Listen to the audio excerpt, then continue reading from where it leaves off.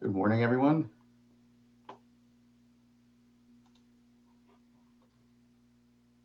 Good morning. Hello, hello. Good morning. I'm Joaquin Escobar, Chair of the State Water Board. Today is Wednesday, October 7th, and it is 9:30. I'd like to call this meeting to order. I'll begin by introducing Okay, my he's fellow sounding board. warbled. Oh, I'm sorry. We're getting some. Okay, thanks. I'd like to begin by introducing my fellow board colleagues. With me today is Board Member Tam Dodak, Board Member Sean McGuire, and Board Member Laurel Firestone. I'd like to also introduce our executive staff. With us today is Executive Director Eileen Sobek, our Chief Counsel Michael Loffer, our two Chief Deputies Eric Oppenheimer and Jonathan Bishop, and the Clerk of the Board Janine Townsend, and assisting her is Margie Argel. As you all will know, this meeting is being webcast and recorded.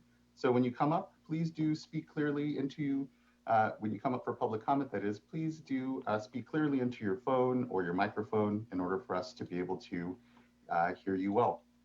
We don't have a physical meeting room in order to comply with the governor's executive orders and COVID restrictions.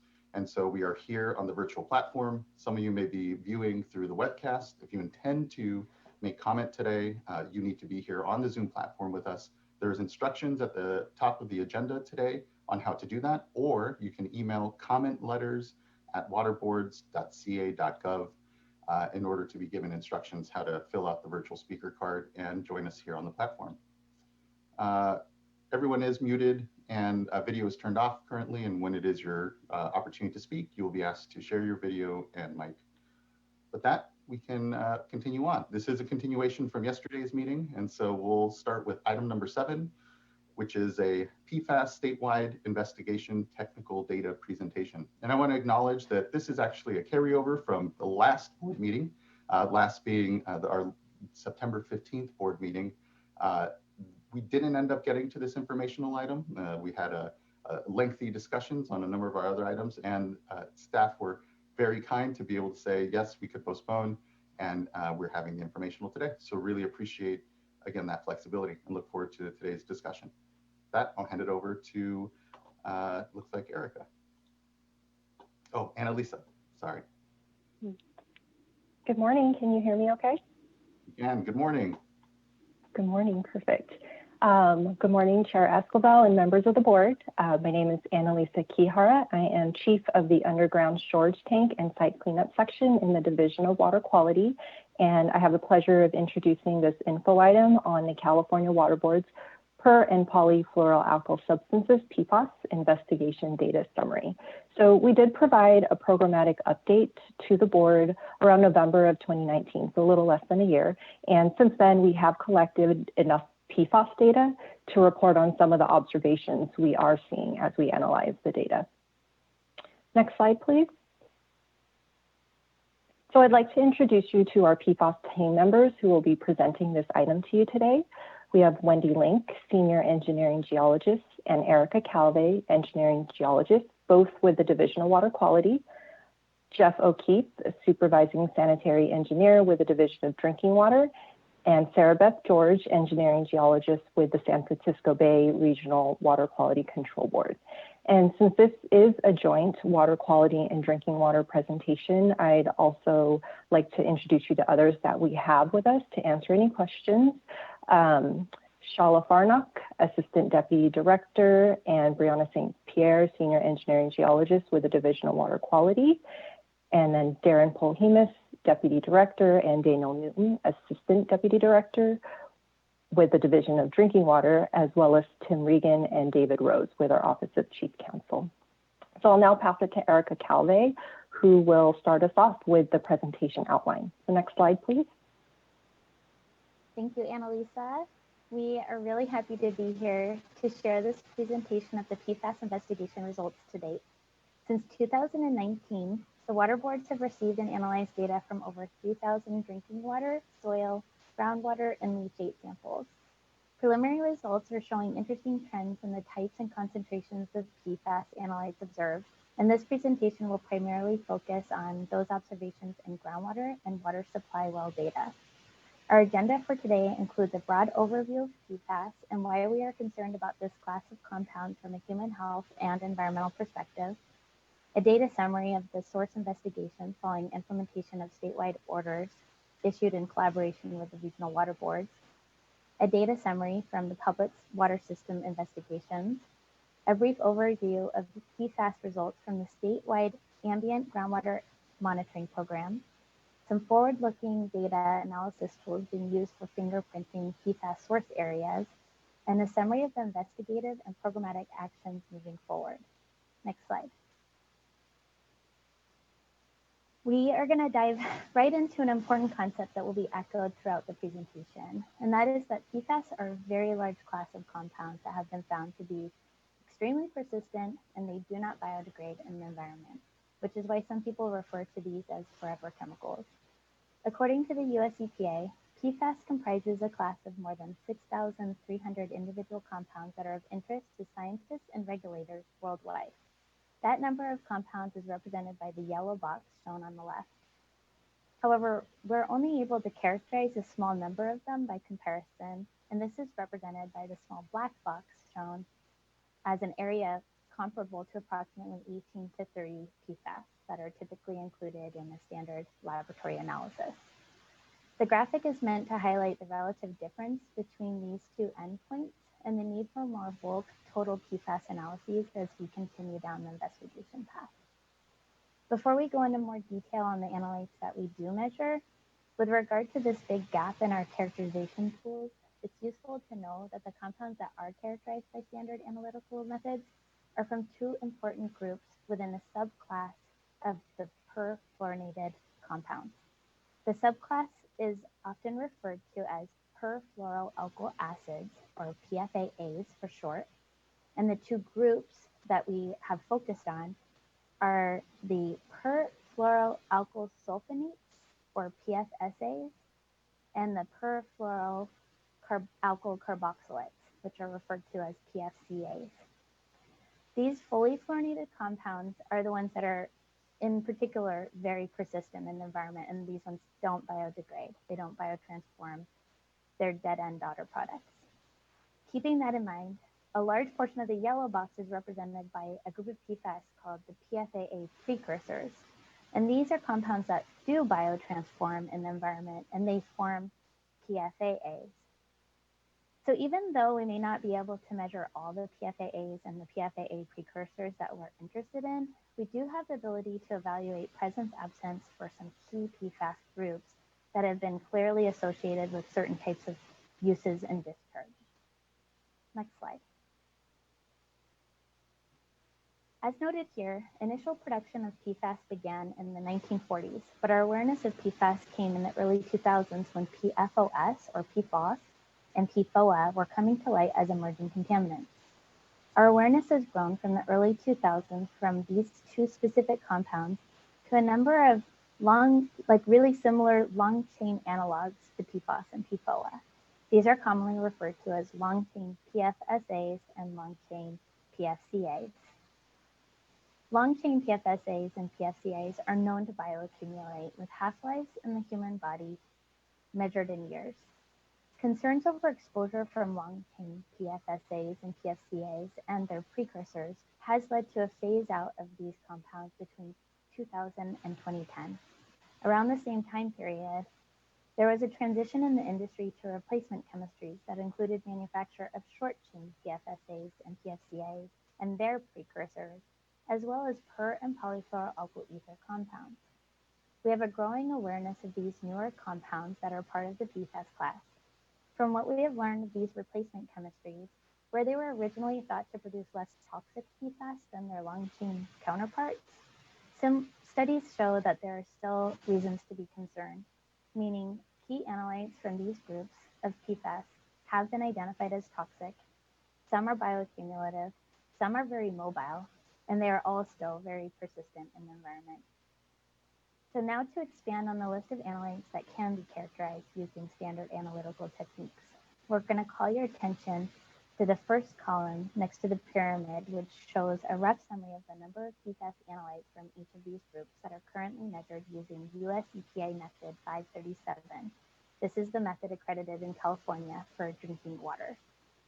Where we show a plus sign, it indicates additional analytes that can be measured using a modified version of this method. And that modified method is actually also accredited in California, and we use it for the site investigations. As you can see, we're able to measure 11 long-chain PFAS and their precursors, 3 short-chain PFAS and some precursors if we use the modified method, and 4 per and polyfluoroalkyl ethers. And just to really, kind of clarify this short-chain precursors line item that shows 0+. What we mean is that we're not measuring precursors in using the standard drinking water method, but when we modify the method, we can request the laboratory to provide data on some of these important short-chain precursors that we're aware of. The current method does a fairly good job of characterizing the PFSA and PFCA groups, meaning that there are about 30 compounds within these 2 groups, not accounting for various salts and isomers and cyclic analogs, of which about 12 to 20 can be characterized using standard or modified and accredited methods. By comparison, the precursor and per and polyfluoroalkyl ethers comprise thousands of individual compounds that are currently not characterized by the standard or modified and accredited methods.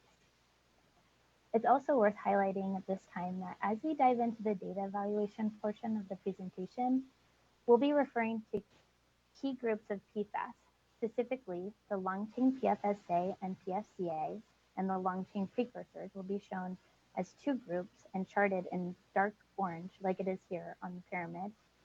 And then short-chain PFSAs and PFCAs, short-chain precursors, and per and polyfluoroalkyl ethers are going to be grouped. And data from these 3 groups will always be shown using a similar yellow color to the one shown on this pyramid. Next slide.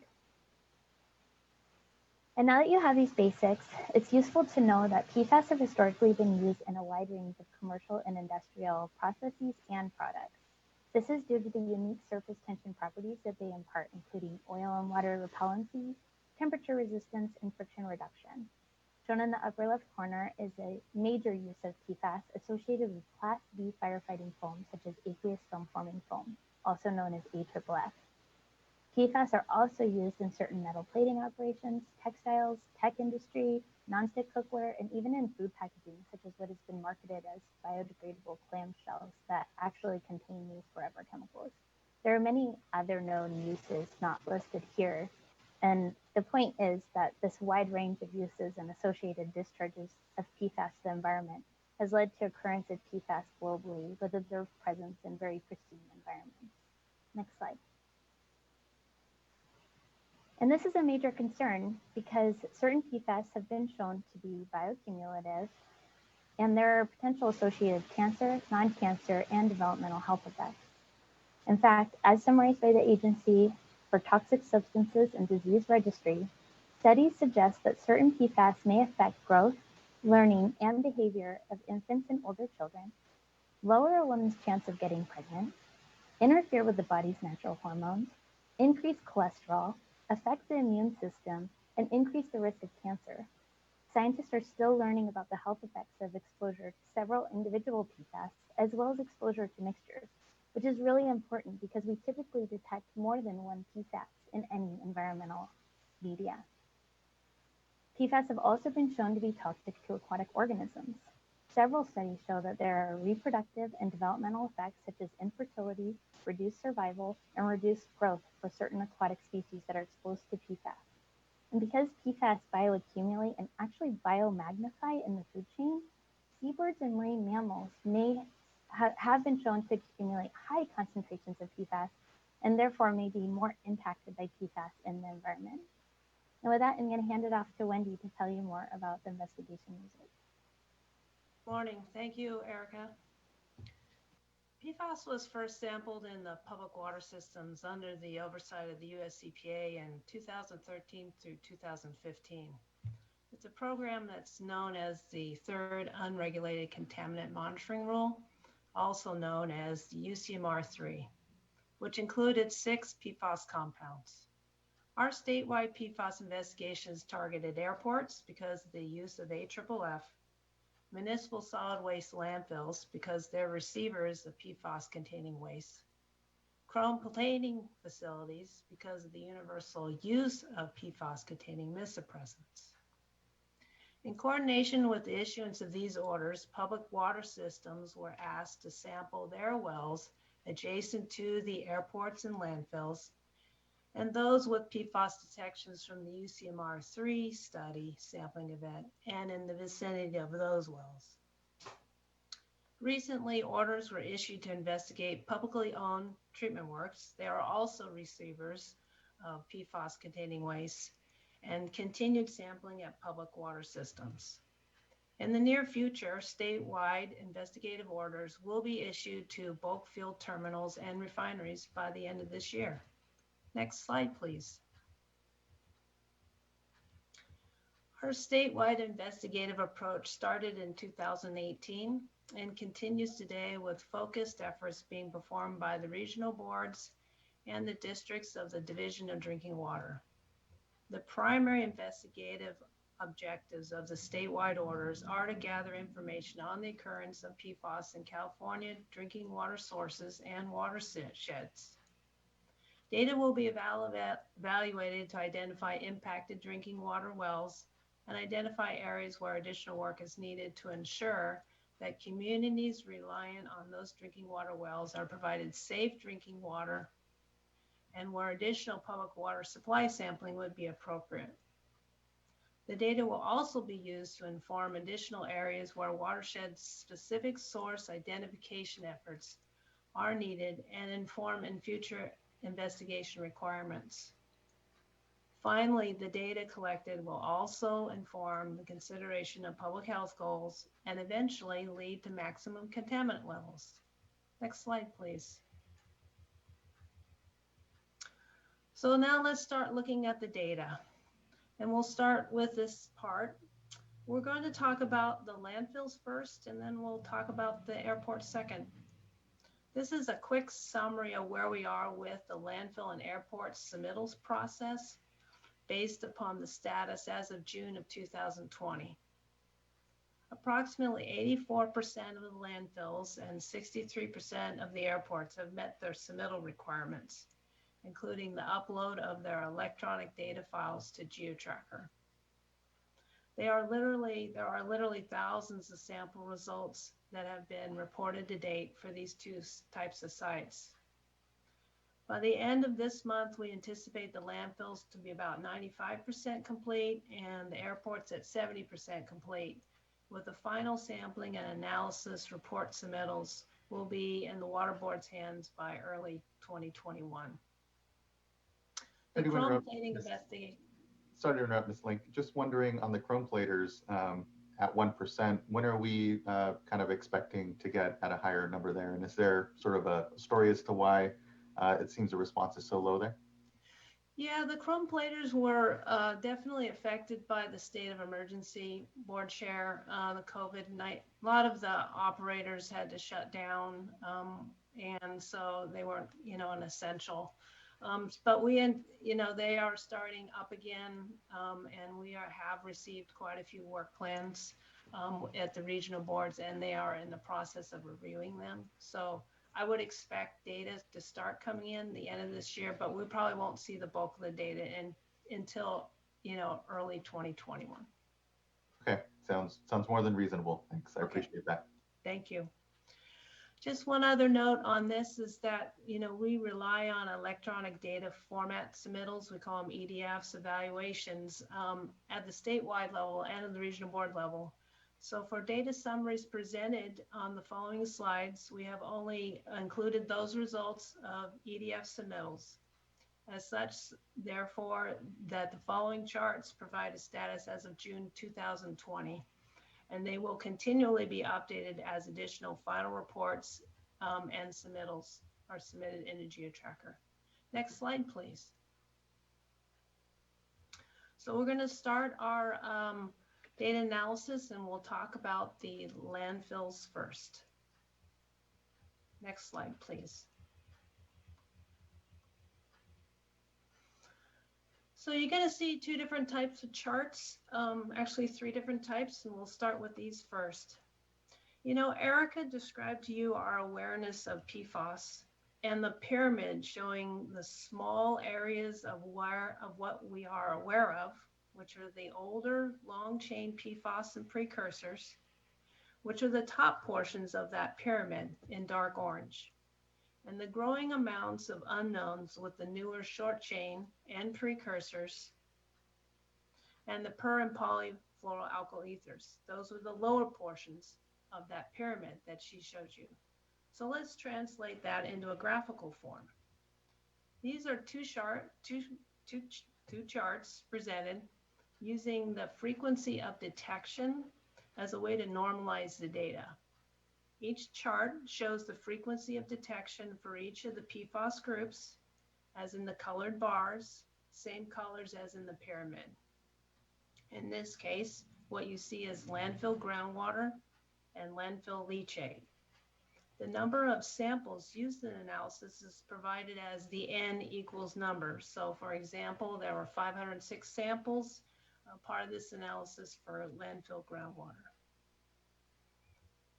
There is a significantly higher frequency of detections of PFAS and landfill leachate compared with groundwater for each of the PFAS groups analyzed, which is generally consistent with published studies and is to be expected. It is interesting to note that the relatively higher frequency of detection of the short chain PFAS replacements, of the short chain PFAS and their precursors, as it may be indicative of the abundance of the products manufactured with the PFAS replacements accumulating in our landfills. It also raises a concern as these short chain PFAS are more mobile than their long chain PFAS counterparts and more challenging to remove from water once they are discharged to the environment. The relatively higher frequency of detection of these short chain PFAS in groundwater may be associated with their mobility, though additional data analysis is needed to understand these observations more holistically. It is also noteworthy that on a case-by-case basis, the distribution of this frequency of detections will be different. For example, this data set includes some very old landfills, ones that are operating since the 1930s, and their landfill designs predate Title 27 liner and leachate system design requirements, along with landfills with a combination of both, with the older designs and some of the newest designs. In some cases, with no liner or landfill collection systems in place, we expect to see more impacts, more compounds migrating to landfill, to groundwater. So at a really high level, this chart shows us that we are generally detecting similar groups of PFAS in groundwater as in leachate, but that we have a relatively higher frequency of detection for many of these compounds detected in leachate compared to groundwater. Next slide, please. So this is a presentation of the same data except in a different format. This is an appearance of using dot plots. It illustrates the range of occurrence for the concentration data itself. The groups of PFAS are shown on the x-axis with the older long chain PFAS precursors on the left and the newer short chain precursors and per and polyfluoroalkyl ethers on the right. The dots represent measured concentrations of individual PFAS analytes within each group along the y-axis. This chart provides a quick snapshot of the types of PFAS observed in this data set, and also helps us to begin to understand that the changes in manufacturing processes are apparent in our environmental samples, and if so, begin to consider management strategies that may be appropriate given the limited understanding of transport and fate of the replacement compounds in the environment.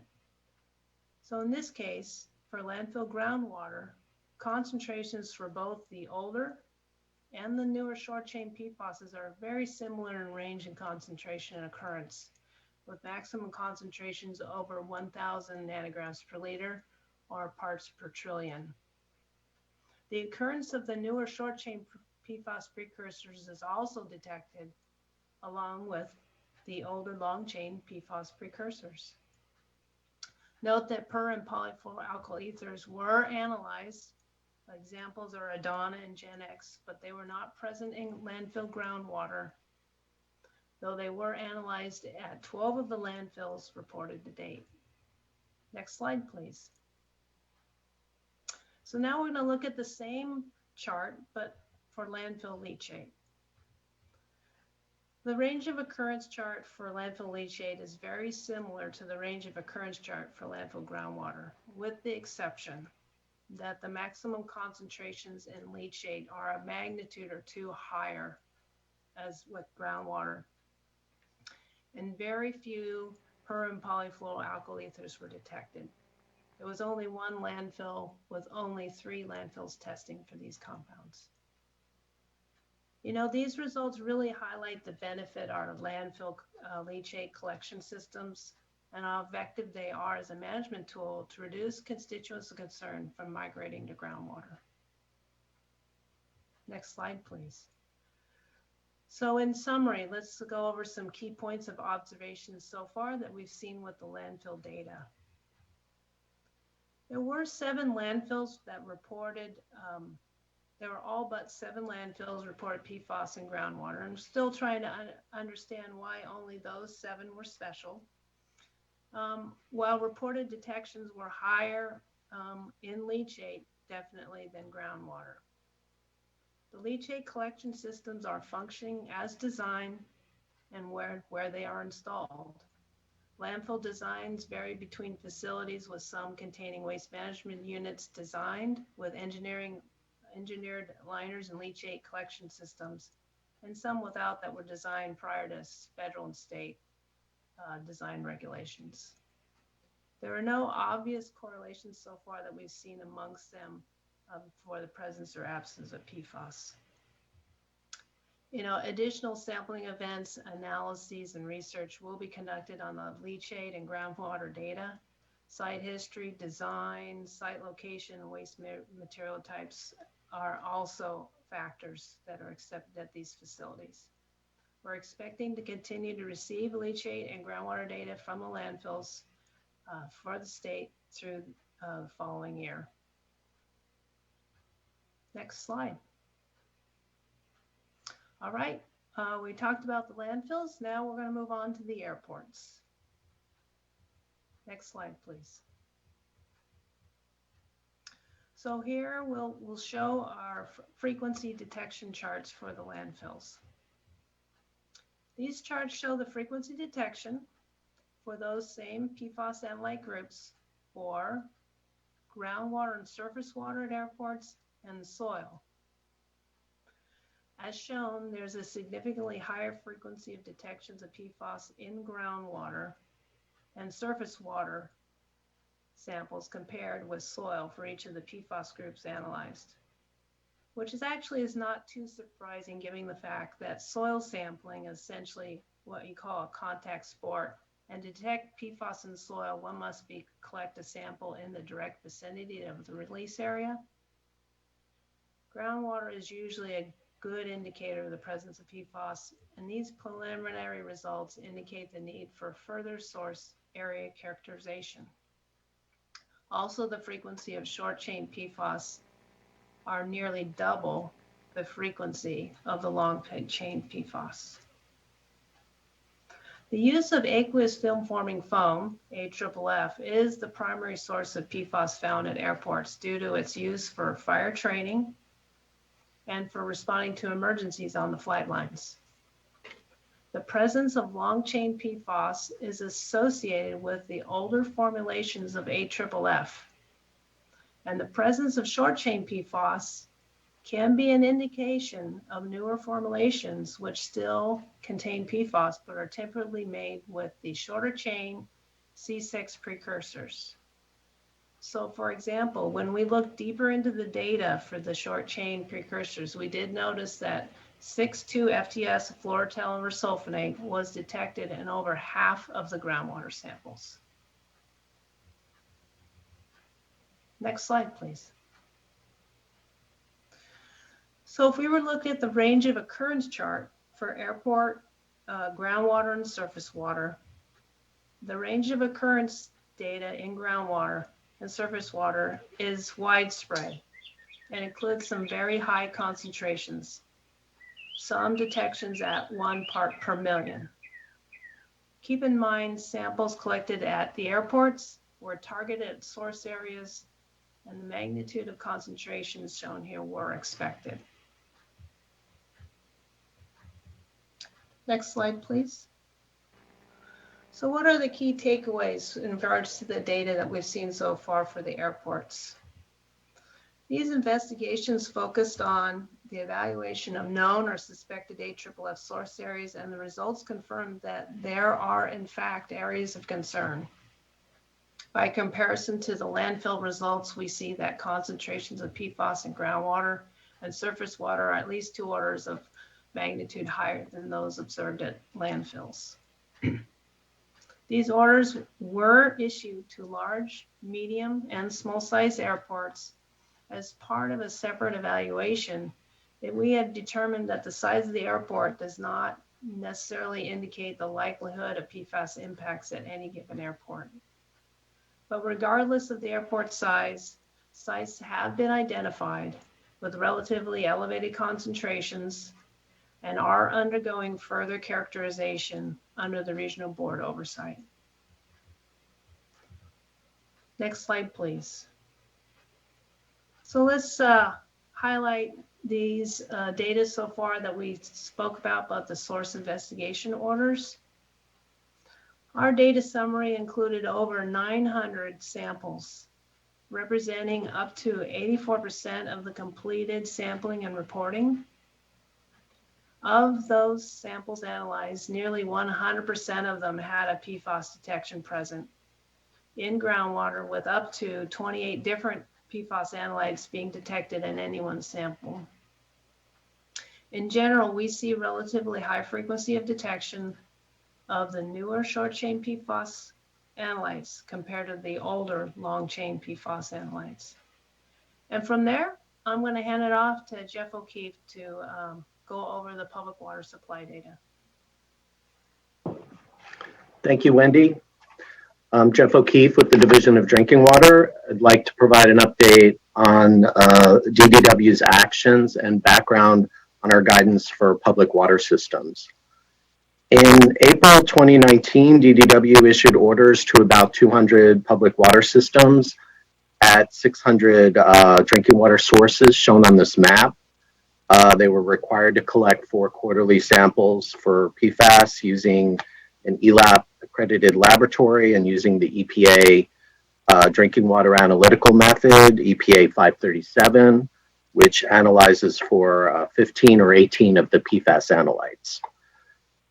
The locations shown on this map are built upon the Division of Water Quality's orders, and we selected sites within 2 miles of an airport, 1 mile from a landfill, and 1 mile from the federal UCMR 3 sites that showed detections.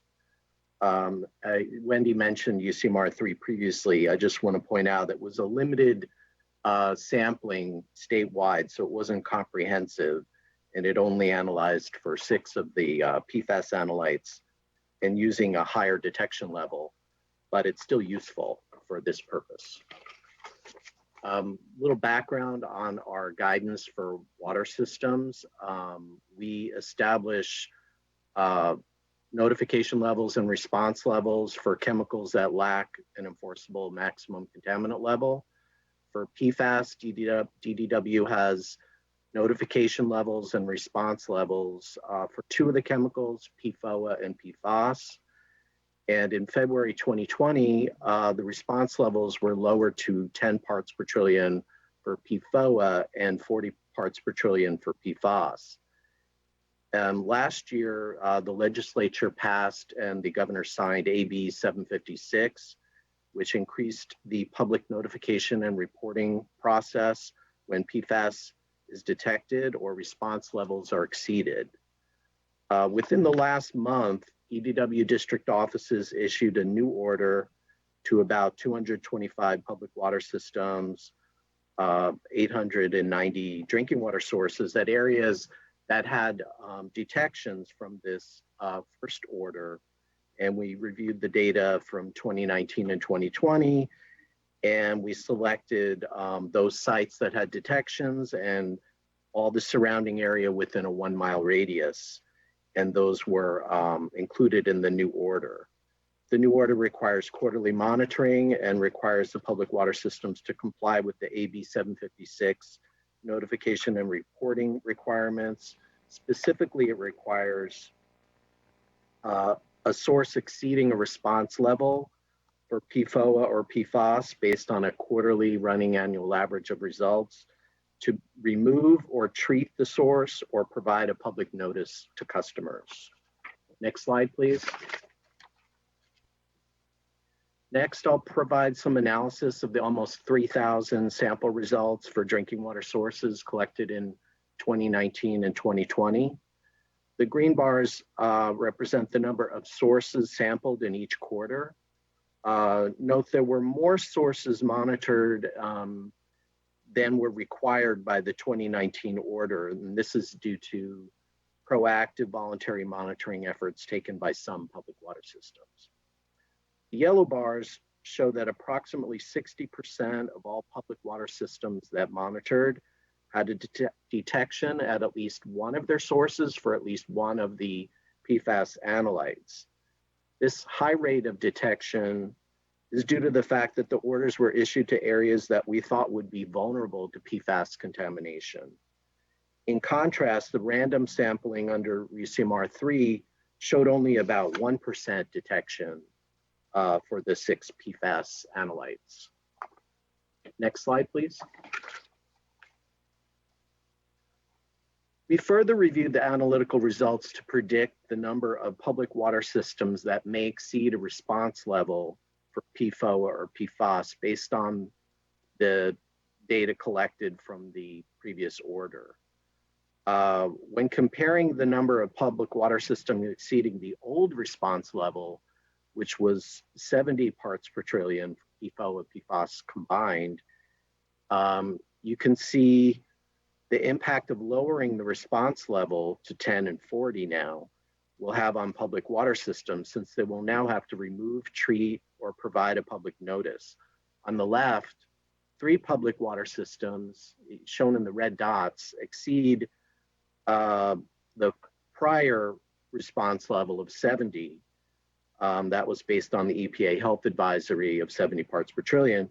But on the right, when we lower the response level to 10 and 40, we predict that 61 public water systems and 195 individual drinking water sources may exceed the PFOA response level of 10 parts per trillion based on a quarterly running annual average of the 2019 results. You can see the red dots are heavily concentrated in Southern California, but they also appear along the coast, Central Valley, and in Northern California as well. PFOA has a bigger impact than PFAS since the response level is lower, but we also performed the same prediction. I don't have the maps shown here, showing 33 public water systems and 77 sources would exceed the PFAS response level of 40 parts per trillion based on a quarterly running annual average of the 2019 results. And there may be some overlap where some of them exceed both the response level for PFOA and PFAS. This prediction gives an indication that as many as 94 public water systems and 272 sources may exceed the response level and would likely need to add treatment or pursue an alternative source of supply.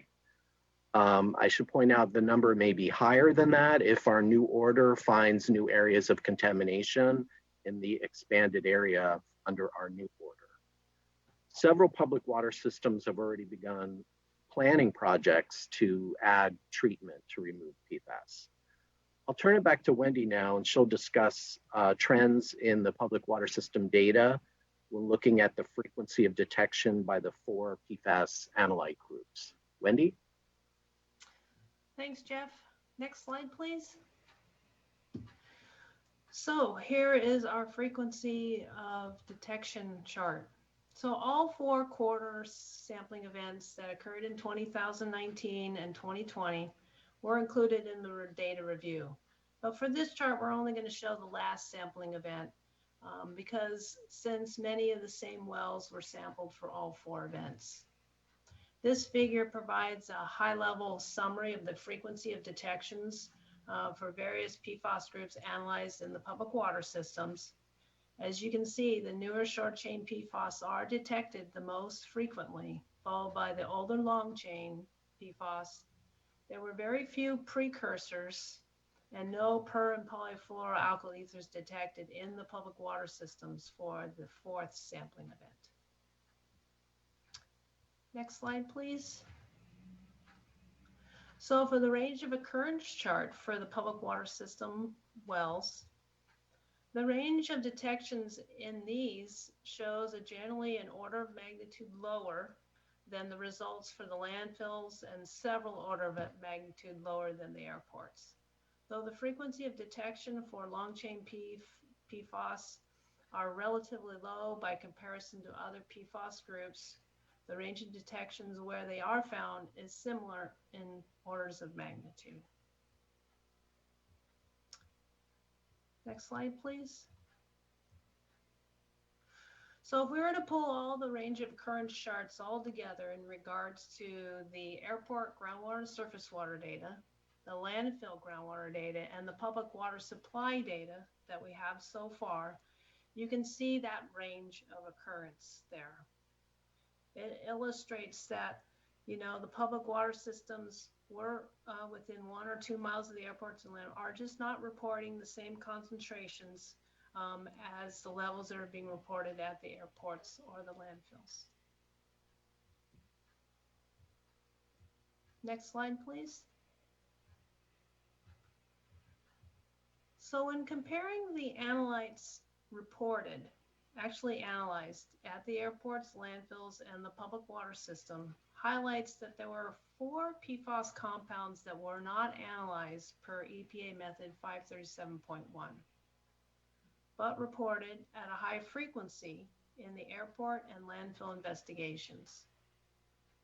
3 of them are short-chain PFAS analytes, and you can see them on the right side of the graph. 2 of the 3 were detected at over 50% of the time in the airport and the landfill samples. This data highlights that we do need to do some further characterization and a correlation study in order to understand the impacts of this. Other key observations on this and supported by other previous slides is that there's a higher frequency of short chain PFAS relative to longer chain as you look from right to left. There's a higher frequency of short chain on the right versus the left, and higher frequency of PFAS detected in the airport and the landfills than in the public water systems. And PFAS and PFOA are still playing a role. They are detected at 40 to 80% detections. Could be a function of degradation of the precursors or the degradation of the precursors.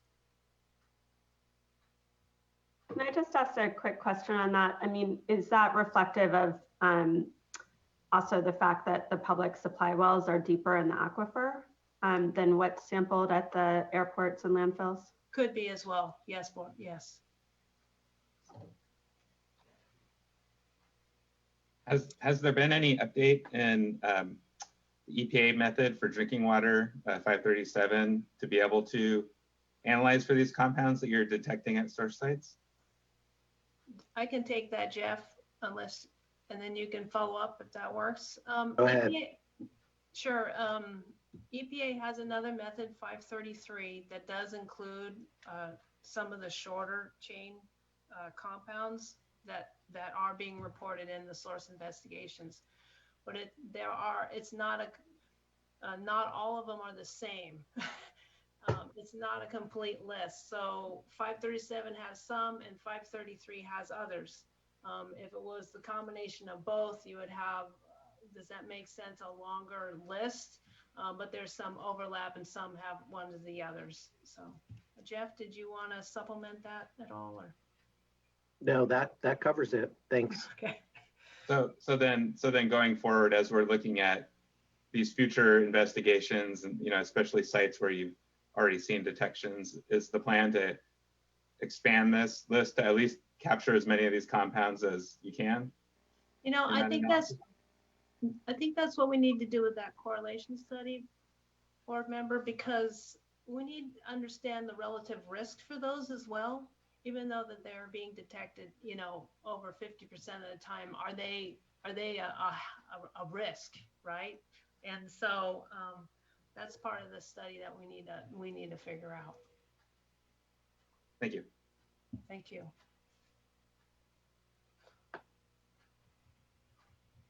Next slide, please. So let's just go over the summary of what we've talked so far in regards to the public water system samples. As Jeff mentioned, there's 2,900 sampling events that occurred in 2019. Approximately 60% of the water systems did report a PFAS analyte. It is possible that there'll be up to, or maybe a little bit more, 58 water systems that will report a PFO or PFAS above detection above the response level because of the lowered response levels. Of the PFAS compounds analyzed, 9 of them were reported in the public water system, the airports, and the landfills, while there were 2 compounds that reported in over 50% of the airport and landfill samples, but were not part of EPA method 537. Next, I'm going to provide a brief summary of the ambient groundwater study that's occurring in the state by the State Water Board. Next slide, please. So the ambient groundwater GAMA priority basin project started in 2002. PFAS was added in summer of 2019. Domestic and public water systems were part of that sampling effort. There's currently 70 samples collected, a part of that project. This is a statistical approach, a non-biased approach that's being conducted by the USGS. Of those 70 samples, we looked at those, and data indicates there's less than a 5% frequency of detection for the long or the short chain PFAS. And there were absolutely no precursors or per and polyfluoroalkyl ethers detected in the study so far. Next slide, please. Sorry, just a question on that. Was that both in the shallow groundwater aquifers and in the deep groundwater aquifers, or are those statistics focused on the other? I believe I think it's mostly shallow, but that's a relative term, right? Shallow versus deep. So yeah. Depending upon where you are in the groundwater basin. Great. Okay, so let's talk just the rest of the presentation is about some of the stuff that's been going behind the scenes and the data analysis tools that we've been utilizing and using. And so this is our GeoTracker mapping tool that is available on the Water Board's PFAS website. You can download all the data that we talked about today and even more because our data analysis was as of June 2020. So it's an exciting thing that shows all of the data wherever it was been located on a map. And so you can download soil, water, air, whatever data is available that is uploaded into the system. An example of another data analysis tool are fingerprinting. Next slide, please. That we have been utilizing is this. So this slide shows if you're using a term called KOC, it's the organic carbon water partitioning coefficient.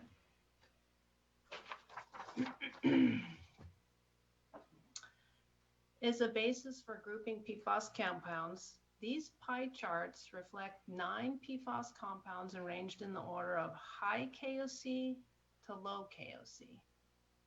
So if you, KOC is like the chemical concentration absorbed to organic carbon. So high KOC equates to high absorption. Those PFAS compounds with high KOC would be expected near or at the source areas. And those PFAS compounds with low KOC would be expected at the leading edges of plumes. So as illustrated here, if the PFDA is a higher absorptive PFAS compound, you would expect to see that at or near a source area. They're the ones that are shown in red. While the lower absorption, the faster moving, the ones that are shown in blue, PFBS, PFHXA, and PFHPA, would be expected to occur at the leading edges of plumes. The other PFAS compounds shown in orange and yellow would be expected somewhere in between. So obviously hydrogeology, depth to groundwater, geology are all factors that are important to assess to fully understand the fate and transport of PFAS in any contaminant in any watershed. But if you look at this hypothetical example, from left to right in direction of groundwater flow, all samples show PFAS. The presence of PFDA occurs in monitoring well B and monitoring well A, indicating that there could be located at or near source areas, potentially 2 different source areas. The newer and more reliable mobile shorter chain PFAS are also present in all of the samples, the ones that are in blue.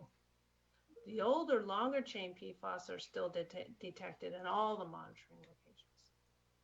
I think this highlights, because of the complexity of the releases, and these are, conditions that are happening, that PFAS and the relationship of PFAS over time and the mobility of these compounds, commingling of plumes is possible, making the need to use multiple analysis tools very important.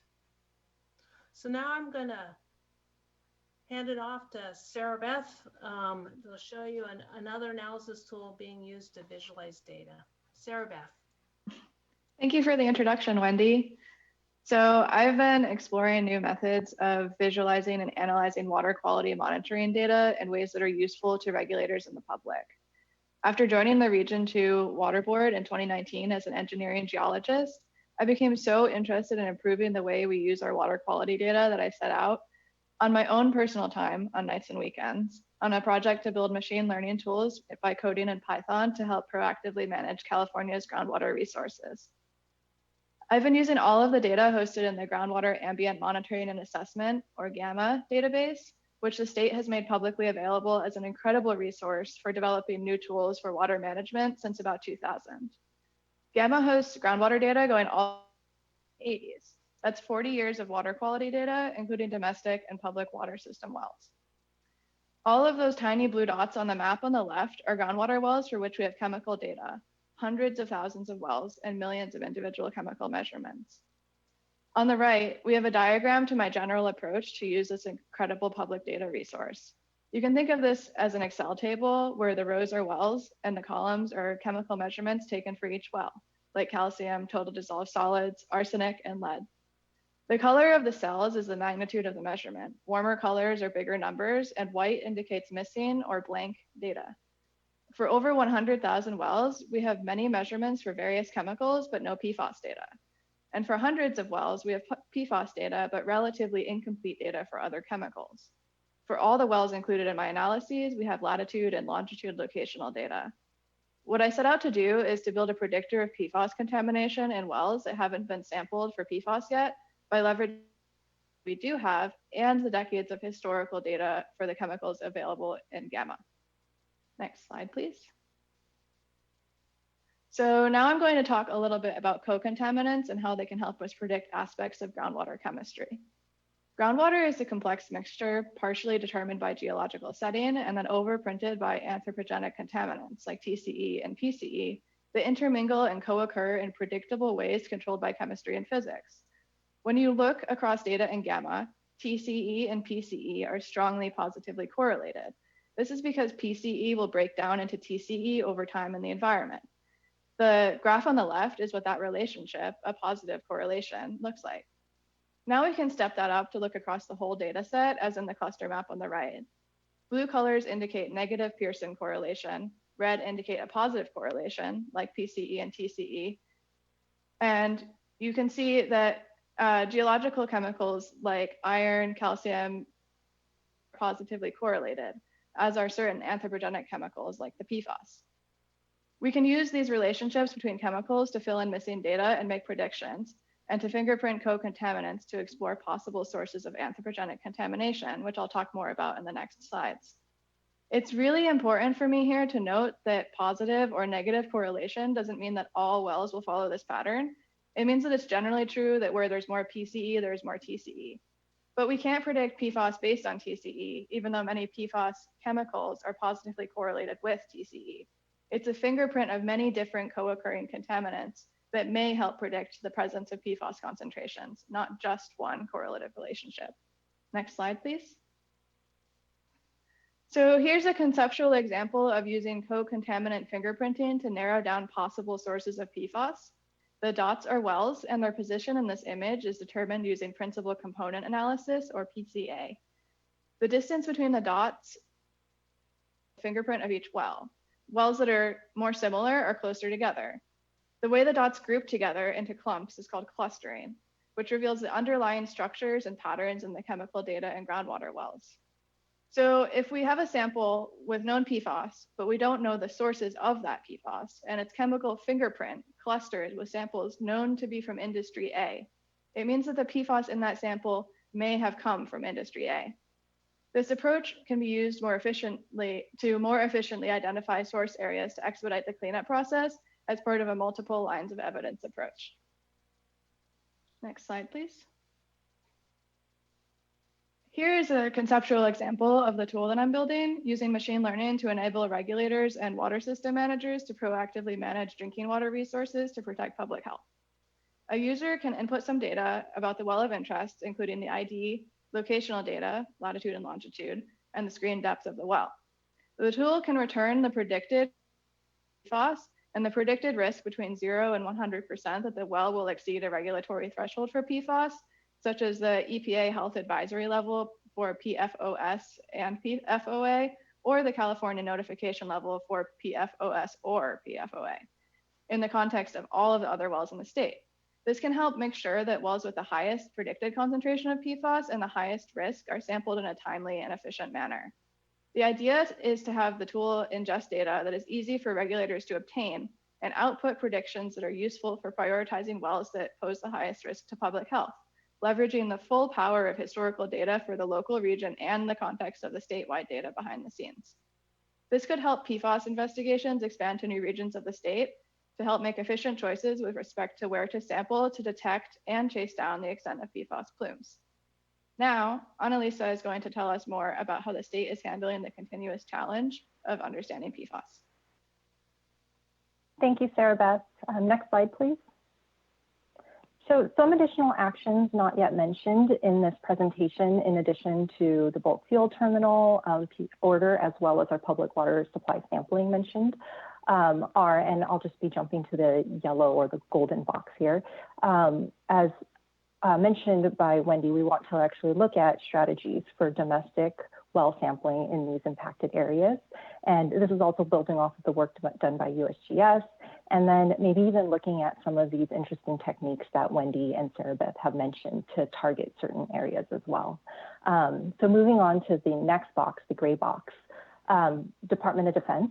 We've been working with them collaboratively on a parallel effort, and they recently announced to the State Water Board that all branches of the military with sites in California will be sampling their on-base drinking water supply wells.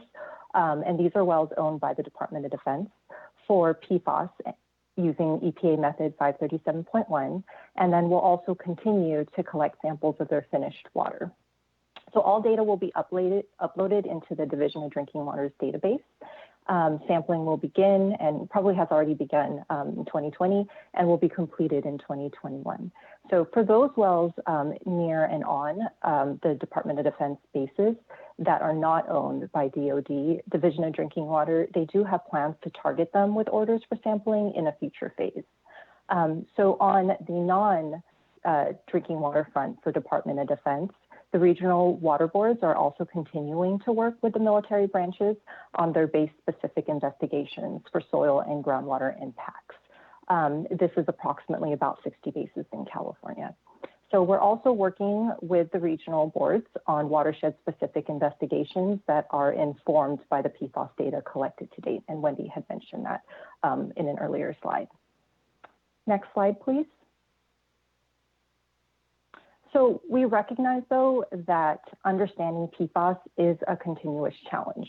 So there are various PFAS mixtures, replacement chemistry, this concept of the biotransformation from parent to daughter products, as Erica had mentioned. And regulating each PFAS compound one by one is obviously a challenge. That's why there are various efforts to look at PFAS as various classes. So while we are moving forward working with OEHA as they develop public health goals for PFOA and PFOS, we are also looking at issuing notification and response levels for other detected PFAS compounds based on available health-based assessments. As Wendy had mentioned, we also want to perform this correlation study to better understand the relationship between PFAS compounds that are being detected at the source investigations versus the drinking water wells. And then we also continue to integrate any new data and provide enhanced data analysis and visualization tools. Our team is very interested in this area. Overall, we recognize, though, that this effort will also inform our current regulatory programs and practices at the Water Board. And so there will likely be additional policy discussions as we analyze and get additional data. So in addition to our partnership with OEHA, I do want to note that we continue to collaborate with the other organizations under Cal EPA that are implementing PFAS efforts, such as the Department of Toxic Substances Control and Cal Recycle as well. Next slide, please. So while we do not have a PFAS dedicated program or unit at the water boards, we do have a great team of staff in addition to the speakers today who helped with the data analysis and development of this presentation. Their expertise and skills span various water board programs as identified on this slide, so a huge thank you to them. But I'd also like to thank our Division of Drinking Water district engineers and our regional water board case management staff. They've been integral partners as we've been implementing these various orders. And then our ELAP program staff and OWEMA staff as well, because their assistance and expertise has been very helpful as well as we've conducted this effort. Next slide. So with that, I'll leave it at this slide providing ways to access additional information. I'd also like to share that we recently created a DoD military page on our PFAS site, and basically it's intended to provide updates on our California efforts as well as to point interested parties to the appropriate branch pages for more information. And so with that, I'd like to thank you for your time, and we'd be happy to answer any questions you have. Well, just first and foremost, incredible work, really. When I think of the fact that the Division of Drinking Water is about 5 years on here, and that this is really the first project that we've taken on that really harnesses the full complement of the technical know-how and understanding of the water quality side of the house, the drinking water, and even the legal, when we talk about how we're going to be responding and ensuring that responsible parties are contributing to the massive effort that it's going to be to continue to remediate and the challenge, and that we're very at the front of much of the discussion, the follow-on discussion around what are the policy implications, how are we going to begin to really manage? And there's still a lot of questions as to just, what is the complete scope of the impact and the costs. And so there's a lot of uncertainty, and there I want to acknowledge and thank Sarah Beth again for really just the incredible innovative work in trying to fill in that uncertainty, knowing that we, can't sample everywhere at every time, and we need tools that help shine a light on where we should be investigating, where to put our limited resources in response. And so I just can't thank staff enough, everyone, all our colleagues here in the program. And I think it was well worth saving this so that we were fresh here to chat and further dig in. I'm just blown away. My hair's flying back right now. So thank you guys for the great work. Questions from other board members here? I have a number, but I'll first open it up to my fellow board members here. Yeah, I have some questions and just echo, your thanks and kind of accolades for, I think, really the, unprecedented and ability to collaborate and cross, divisions and even BDOs, which is a real challenge. And also just, I think, Sarah Beth, I just feel like what you have done and the way that staff have created a space for the kind of innovation and investigation that you bring to this, I think is reflective of the Water Board's culture and trying to enable that kind of innovation and new approaches from staff. And even as we haven't been able to integrate all of our data systems as much as we would like, I think the ability of staff just to innovate and create space for that is really wonderful to see. A couple things I wanted to ask about or kind of comment on. One is just, well, actually, let me start with a question. One question is just, I know over time, as discussing PFAS, we've asked about, the feasibility of being able to look at a public health goal by class rather than individuals. And I know there's been a lot of challenges. I'm just wondering if there's kind of an update on where, the discussions with OEHA are and sort of reflections from them on how that might be approached. So thank you. I believe that maybe Darren or Dan, if you'll be able to provide that update, I'll pass the baton to you. Yeah, thanks. So they're still working on it. Board Member Firestone, there's hope still that they can do it. It will be subgroups. It won't be one massive class. It is very complex, and it's using some new methods as far as how they can predict the interaction of materials in a rapid fashion. So it's going to be some time yet before we get there, but they are still working to see if they can. Okay, great.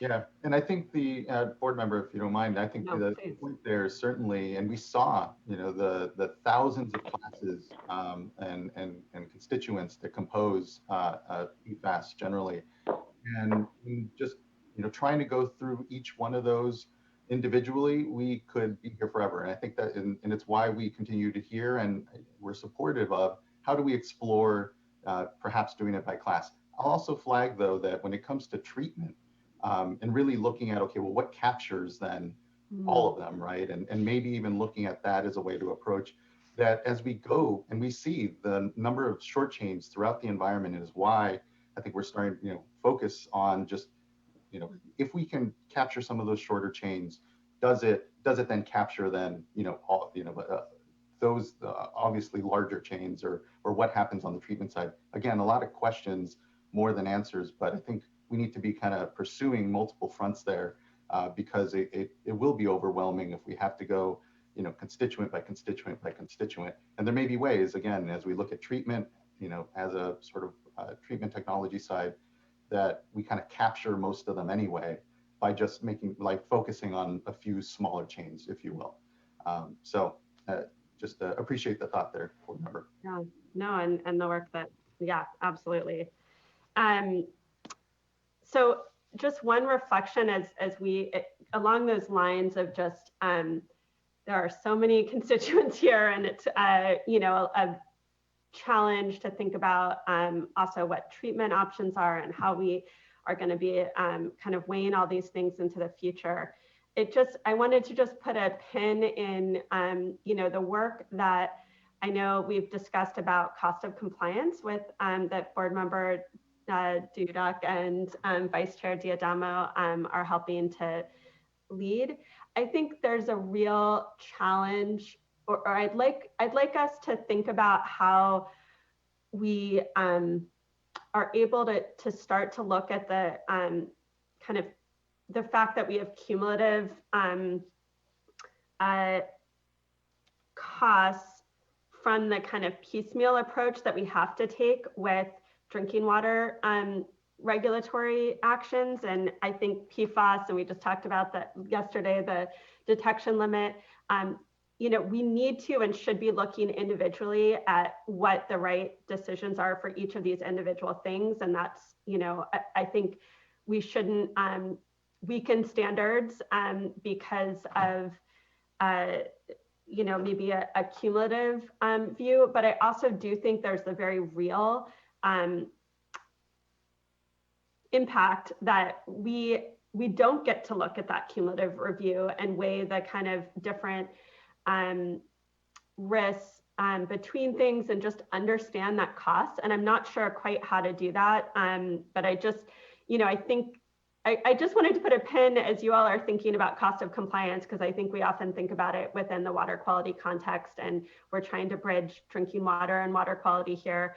I think there's just a big challenge within the drinking water space. And I know, you know, we've been doing a lot of thinking on economic feasibility in general, but I think it would be helpful for us to make sure we're deliberate within that process about thinking about how we continue to weigh the public health impacts, but also are, you know, just giving some context for ourselves and understanding sort of the cumulative piece that otherwise we don't get to see. Another just quick comment or suggestion, actually two little ones, just with staff. I think this is already on all of everyone's agenda, but you know, certainly as we look at thinking about sampling, how we approach sampling private wells in the vicinity, you know, I know the SAFER program is looking at, and some regional boards already offer some private well testing options and are funding private well testing options. So I, you know, encourage us sooner rather than later to enable this kind of testing within that. I think staff are already doing that. And then lastly on my list was just, I think this is a great example of an opportunity for us to think about how we might look intentionally or analyze a bit around sort of racial and economic disparities in the patterns that we're seeing around challenges around the state. And that doesn't, I think just as we're trying to understand this challenge, the source protection and the impacts in terms of public health, and just it's an opportunity as we think of how we are developing an approach to racial equity, you know, broadly within the water boards. This is an example of where there's maybe an opportunity to look at that within the kind of investigations and overlays that we're doing just to try to understand that piece. Those are my thoughts now, and I'm looking forward to hearing public comments. Thank you so much, board member. And to flag, I think on that last one, I know OEHA, the Office of Environmental Health Hazard Assessment, there we are, is refreshing CalEnviroScreen, which is a tool that is used to just do that, take in consideration multiple sort of stressors and factors and try to highlight these cumulative impacts and stresses, both on the water side, air, and the other spaces that Cal EPA oversees. So might be a good place to insert some discussion as well. Other board members, thoughts, questions? I have is it okay? All right. I have a couple of questions, and I just echo the other comments of the other board members. You know, absolutely phenomenal job here. This has been an eye-opening education for me, even as an engineer with a background in drinking water, to see an investigation like this from the ground floor. We're really recognizing that we may have a significant problem here in our state, and I mean, probably worldwide, really, in dealing with the proliferation of these compounds throughout our environment. And so for me, this is a stark reminder about source control, about, not just dealing with the contaminant. I mean, obviously, to Board Member Firestone's point, if it ends up in the source, or sorry, in the groundwater supply at the end of the day, we need to deal with that. We need to protect human health. But ideally, we're getting it out of the system in the first place and stopping that from happening. And so, I was really encouraged by the governor signing SB 1044 a few days ago, which prohibits aqueous PFAS chemicals and aqueous firefighting foam. So I hope that's kind of a first step in recognizing that we need to be proactive in addressing this on the front end, and knowing that these compounds are not just what we're finding to be prevalent in groundwater, but also throughout our environment. We're still coming into contact with it probably every day, probably each one of us. I know some of the studies have shown that it's present in just about every single human being's bloodstream. And so just recognizing that this challenge that we're all facing goes beyond water, frankly. It's all of our environment, and we all need to just keep that, I think, in mind as we go forward here. Not to downplay the significance of addressing any of these challenges. And so just a couple questions. And one is to Sarah Beth. Really exciting to see what you're learning there on the fingerprinting, and I want to know more. and I might ask to actually follow up with you later so we can take a little deeper dive and see what you're doing. But what is your timing? I didn't really get a sense for when you might have some sort of initial results, because it just, if we want to take advantage of this tool that you're developing on your nights and weekends, I want to make sure we're properly supporting it at the Water Board. And so, Sarah Beth, if you could just kind of let me know where you're actually at in this. Yeah, so right now, basically, it exists as a tool that I can use with, inputting data. It doesn't have a friendly interface. And so I'm able to provide predictions, and it's like not ready to roll out to the regional boards. Okay. Well, I guess I will request, I think, a follow-up briefing on this just to better understand sort of how we, the state board and regional boards can support you, your effort, and help really bring that to fruition so it can be used more broadly. And, I would imagine there's probably some benefit in getting some peer review type, concurrence with the tool that you've been developing, just to make sure that we have confidence in it. But again, really exciting. And thank you for working on that and being innovative, and again, very supportive of those efforts. Thank you. My other question has to do with the the occurrence of, again, the short chain compounds that we were seeing today. And I believe Division of Drinking Water, Mr. Polhemus, you've requested a notification response level for some of those compounds that we've been seeing. So again, just wondering, what is the timing of that, so we can continue to be proactive in addressing these compounds as we learn more about them and the risks? Yeah, in my conversations with OEHA, they're preparing a notification level recommendation for PFBS, one of the short chain materials. It looks like they'll have it available for us in November, and then our intent is to follow the new process that was signed into law by the governor, even though it's not technically in effect until January, but to honor the process of going through the public notification and information hearing before the board. And then the other ones, I guess, would be forthcoming. Yeah, they're obviously, so I think was kind of hinted at in some of the presentation, the short chains are inhibited by a lack of study data, health data on them. And that's obviously rapidly improving as the world begins to turn its attention to this, and studies are happening. So they're quick to try to get on it. PFBS did have enough data for them to work on. and they'll continue to track and see when they can do others of the ones we requested. And we recall we had requested the 7, and I don't remember how many of the 7 are short chain. I think like half of them of the 7 are short chain. Great, thank you. Appreciate that. That's all I have. That how short a chain does it go down of the 7, if you remember? I mean, is it just to like 4? We're going down to 3. Yes. I'd have to get my own chart out to remember which numbers. I used to have them memorized. But Wendy may try to save us here. Wendy. I'm sorry. 4. Let me look it up. 4 chain. It goes down to 4 chain. All right. Thank you, Wendy.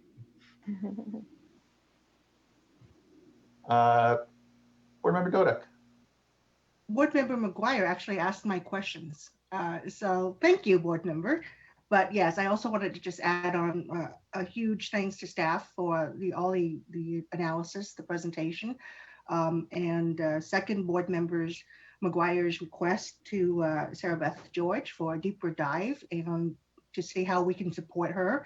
And I also was going to bring up the issue of peer review. I think for this to be a viable tool for us to use, and I really want it to be a viable tool, it does need to have some peer review associated with it as well. So let's talk, let's find out more about it, and let's see what we can do to support you. Yes, you're here. Annalisa, Sarah Beth, do you want to say anything further about the project?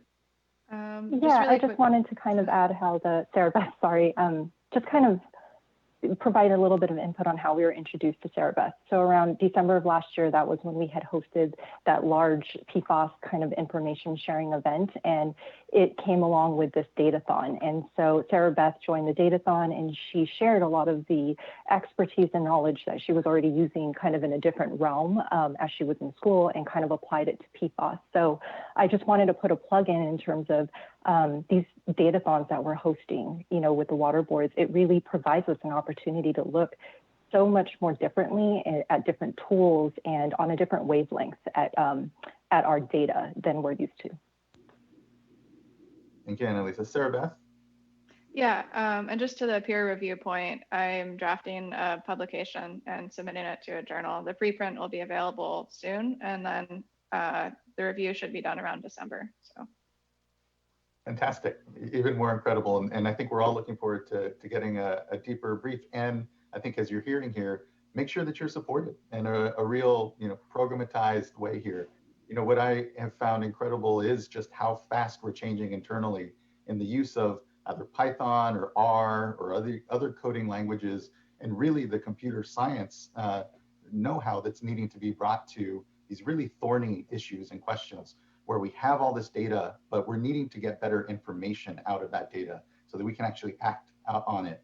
And without these tools, without these processing advances, we're not going to get there. So just thank you. It's it's the bleeding edge of so much of the work that I see going on here. And so let's programatize it, let's formalize it better, and make sure that you're definitely being supported in this. So just thank you for your own inspiration here.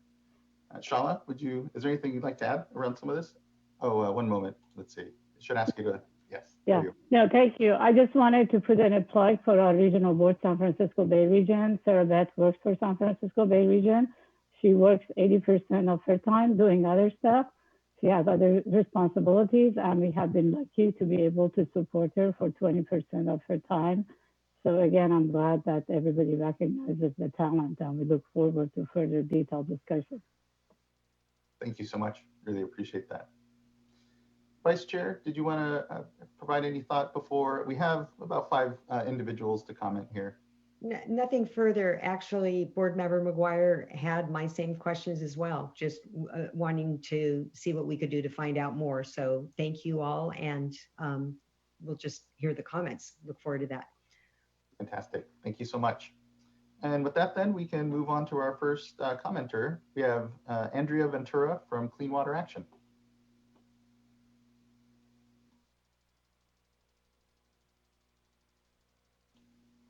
Oh, one moment. You should be asked to unmute here.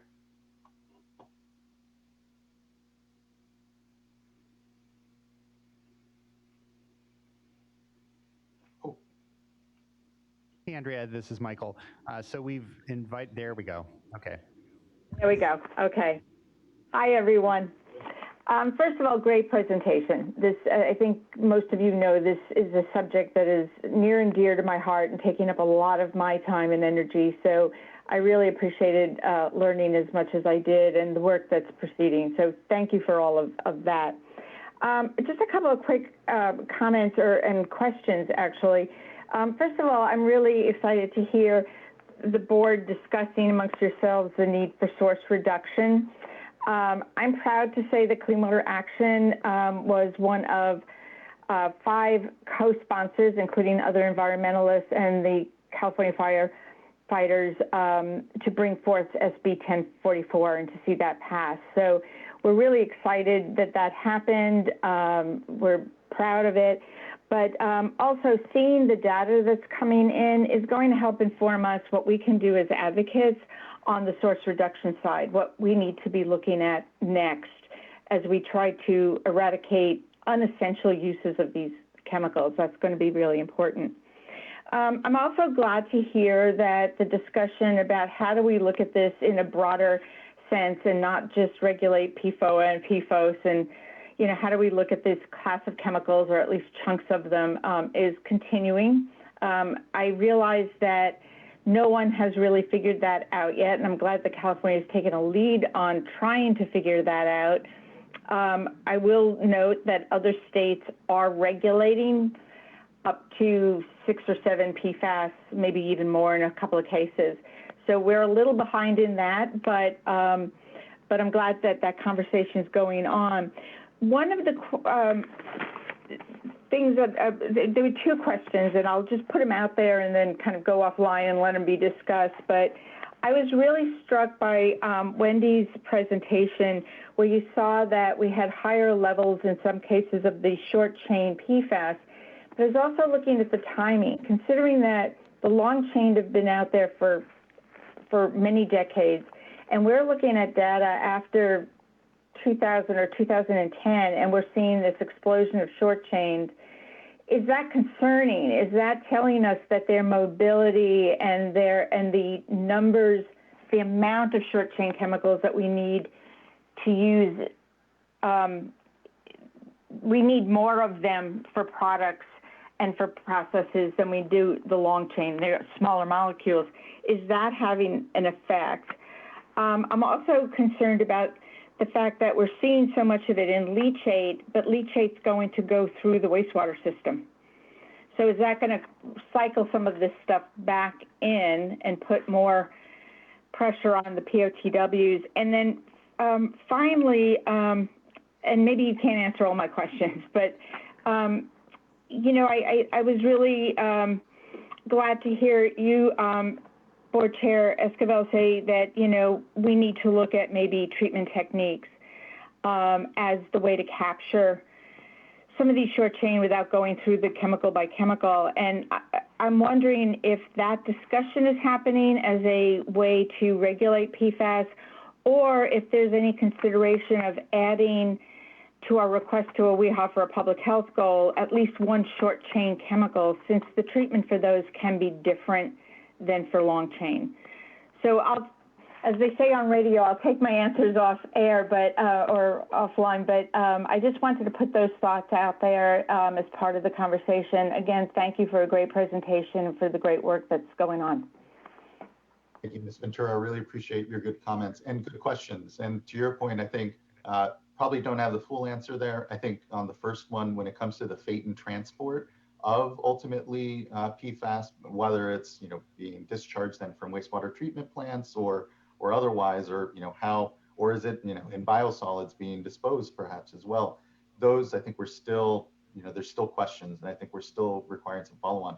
I will see if Wendy or anyone has any thoughts otherwise. And when it comes to treatment technology as a sort of pursuit for kind of capturing them, as opposed to, I'm not sure at this point how sort of a rigorous discussion we have. I know it's simply part of a discourse and discussion that is out there generally. I'm not sure if we have anything to report. And as I understand it, the current request to OEHA goes all the way down to 4-chain PFAS sort of constituents here. So it is, I think, getting at some of these smaller ones. But let's see if Wendy or Annalisa have anything to add. I just wanted. Go ahead, Annalisa. I was just going to maybe put in a plug-in for the work that Department of Toxic Substances Control is doing in terms of their Safer Consumer Product Program. And that kind of gets to a response that you were asking about, Andrea. You know, they're looking at PFAS in carpets and rugs, in textiles, treatment in textiles, as well as, you know, they've been shifting into these food packaging products as well that use PFAS. And so the one thing that I like about their process is just the fact that they look at what are the products where you really need to use PFAS. It's an essential use, it's a must-have. And where you don't, they kind of go down a different path and they look at what are the substitutes, because what they're trying to avoid are these regrettable substitutes as well. You see them a lot in these pans that say PFOA free, but they're not PFAS free. So I wanted to put a plug in with that and then pass it on to Wendy to add in anything else in terms of my response and then any of your other questions. Thank you. No, that was perfect, Annalisa. I was going to bring that up as well. You know, right, our awareness is the huge part of the unknowns, right, Andrea, on where these short chains came in and out and been in production, right, versus the long. So, I mean, right now, that is the data that we're seeing within the close proximity of the airports and landfills.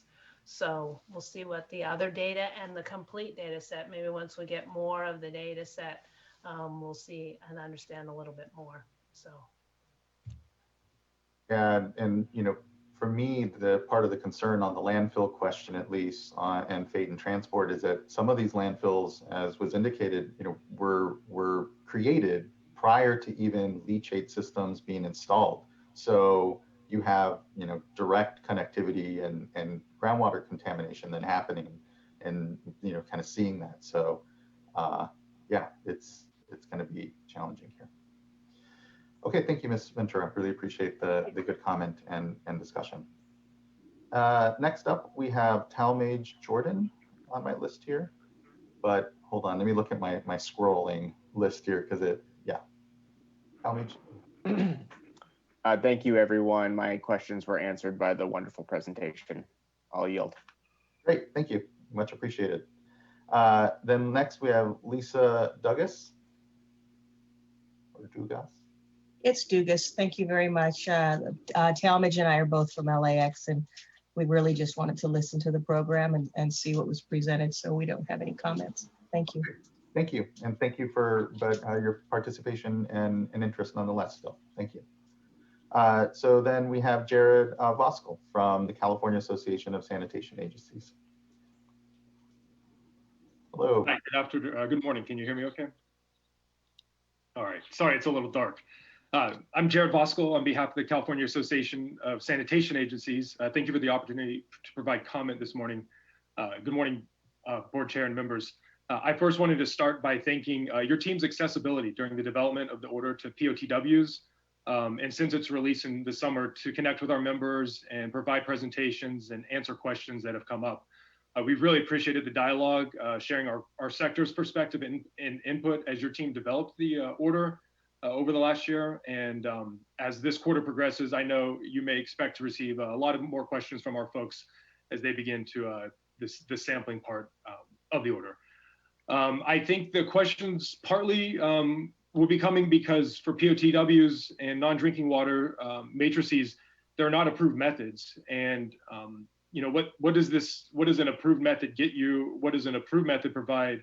Under 40 CFR Part 136, EPA's criteria for certifying new standard methods require a thorough demonstration of accuracy, precision, method detection levels, representativeness, ruggedness, comparability, and availability for the proposed analytical procedure. And the EPA is developing this. I think it's a 1600 series method, but that's not going to be online for another year or so, I think at least. And so we understand the urgency of needing to get this information. And so we are using a tool that's available, but it's not an approved method. And so earlier in the staff presentation, it said there were 900 samples collected from the airport and landfills. And for public water systems, there are 2,900 samples collected. In comparison, for POTWs under the order, the annual collections are going to result in a bare minimum of 5,000 samples.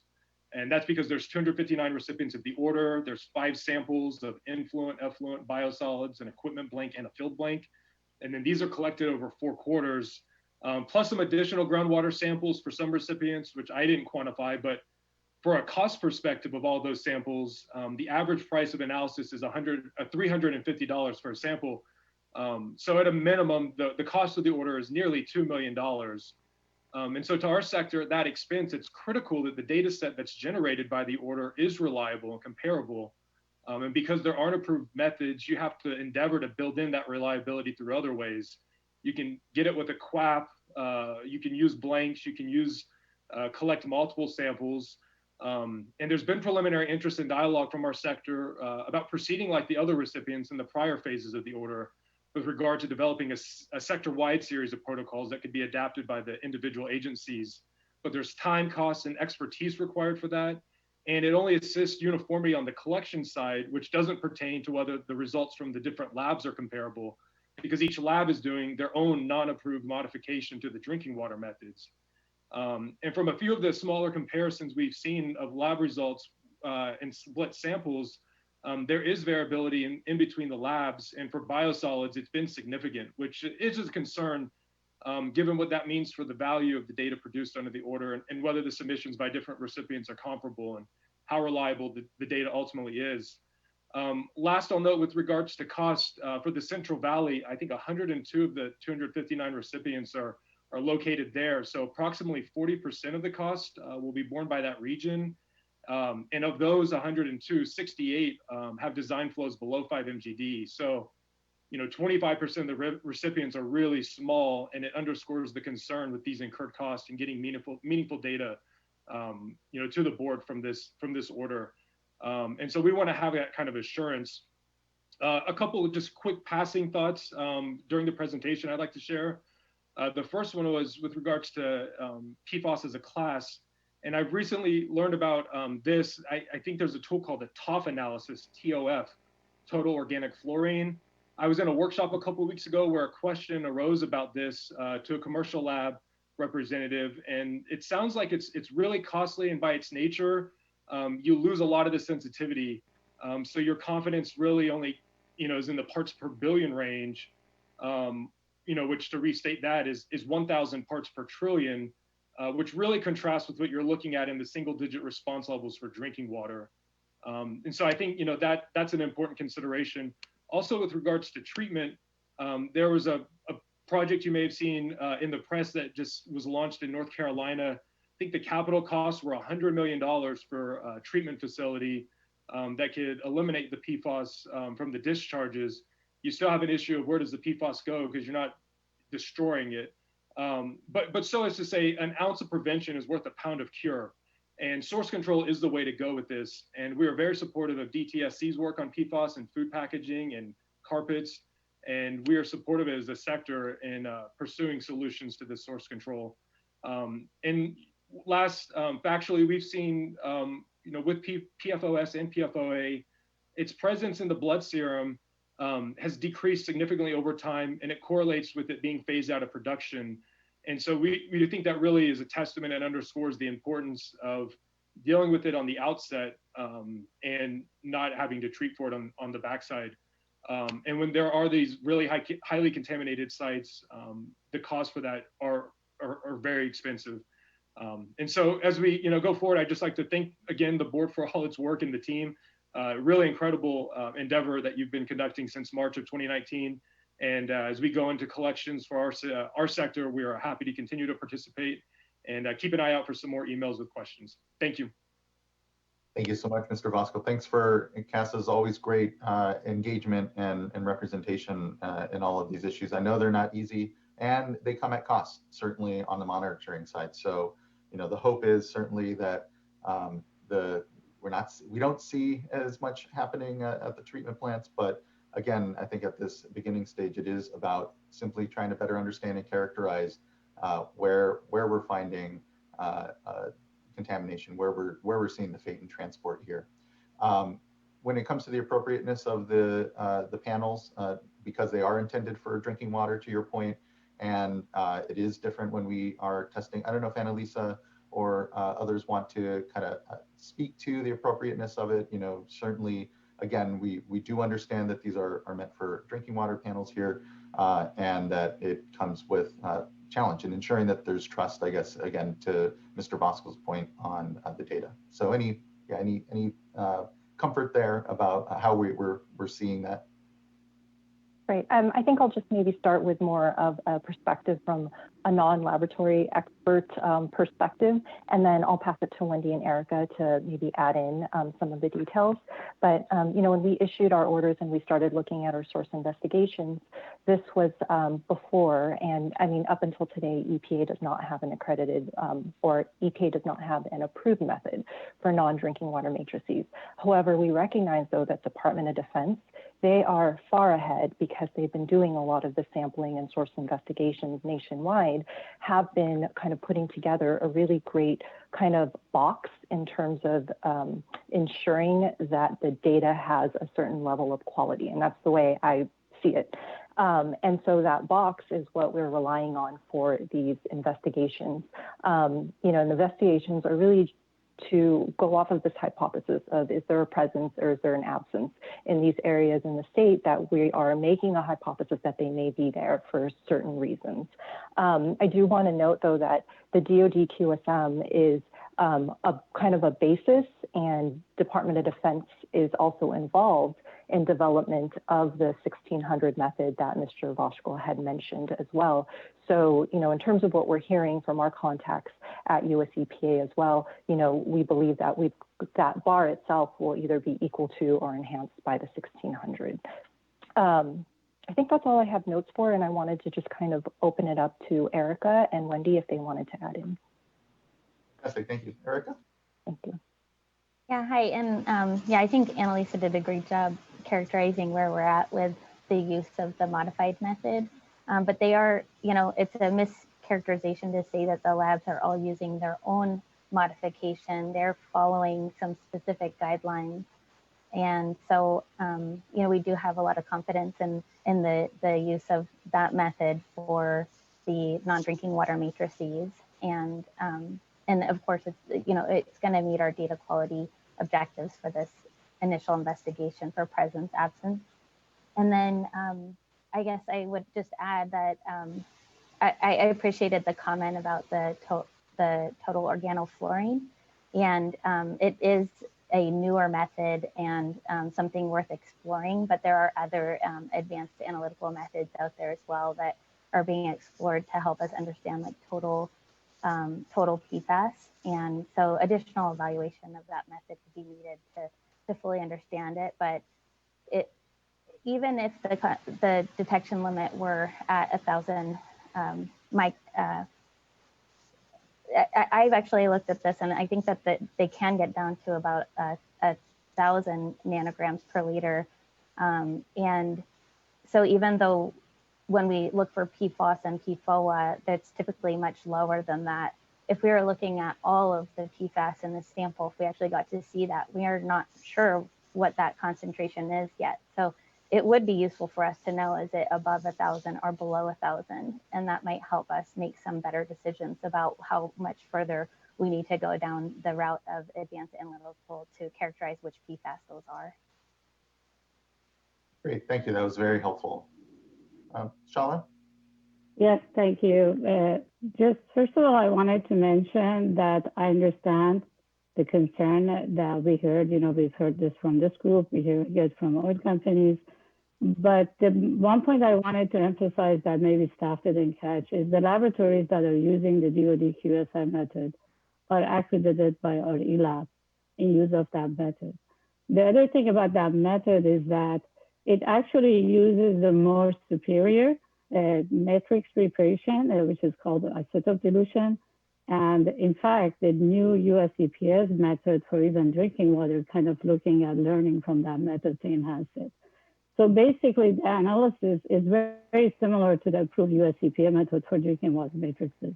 But they have come up with a standard method to make sure they eliminate matrix interferences so they can have good results. And in some cases, it could actually produce more superior results because of that.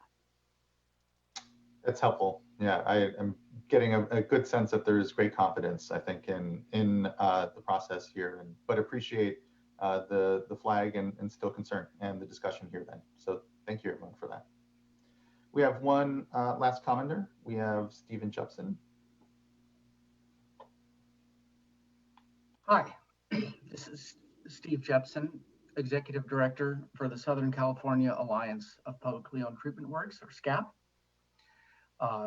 Thank you, Chair and Board, for allowing me to comment today. And thanks to the State Water Board staff on a great presentation. The data management is so impressive, and it makes me very comfortable to drink my tap water down here in Southern California. So I wanted to echo the comments by my colleague, Jared Boskell.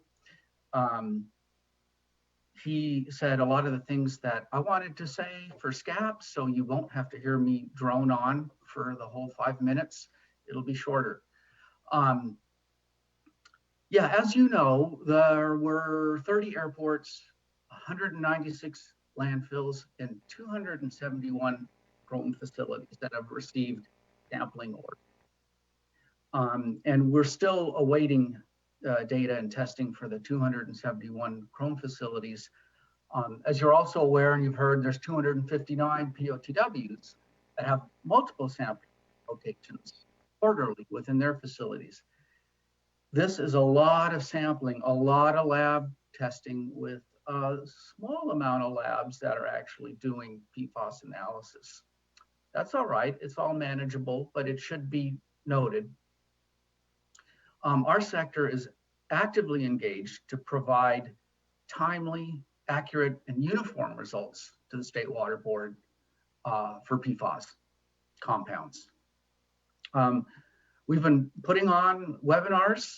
We've had our, by far, largest attended webinars dealing with PFAS in the State Order.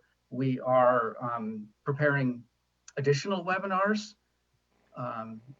specifically on sampling methods and QAPs and the questionnaire. So we're very engaged in trying to provide timely and uniform responses to the order.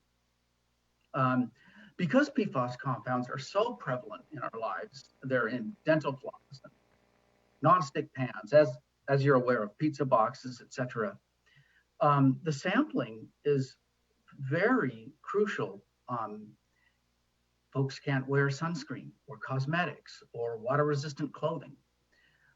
So as such, we're working on a sector-wide sampling plan that will help us get accurate results. And we want to, like Jared indicated, we're working on a template that can be shared. So rather than 259 POTWs developing their own sampling plan, we'll develop a template that can be modified a little bit. It should be noted that the State Board also released sampling guidance that suggested a QAP consistent with the recycled water policy. And the recycled water policy requires QAPs to have regional or State Water Board approval. That would be 250 plans to be approved by regional or State Water Board. Quite a drain.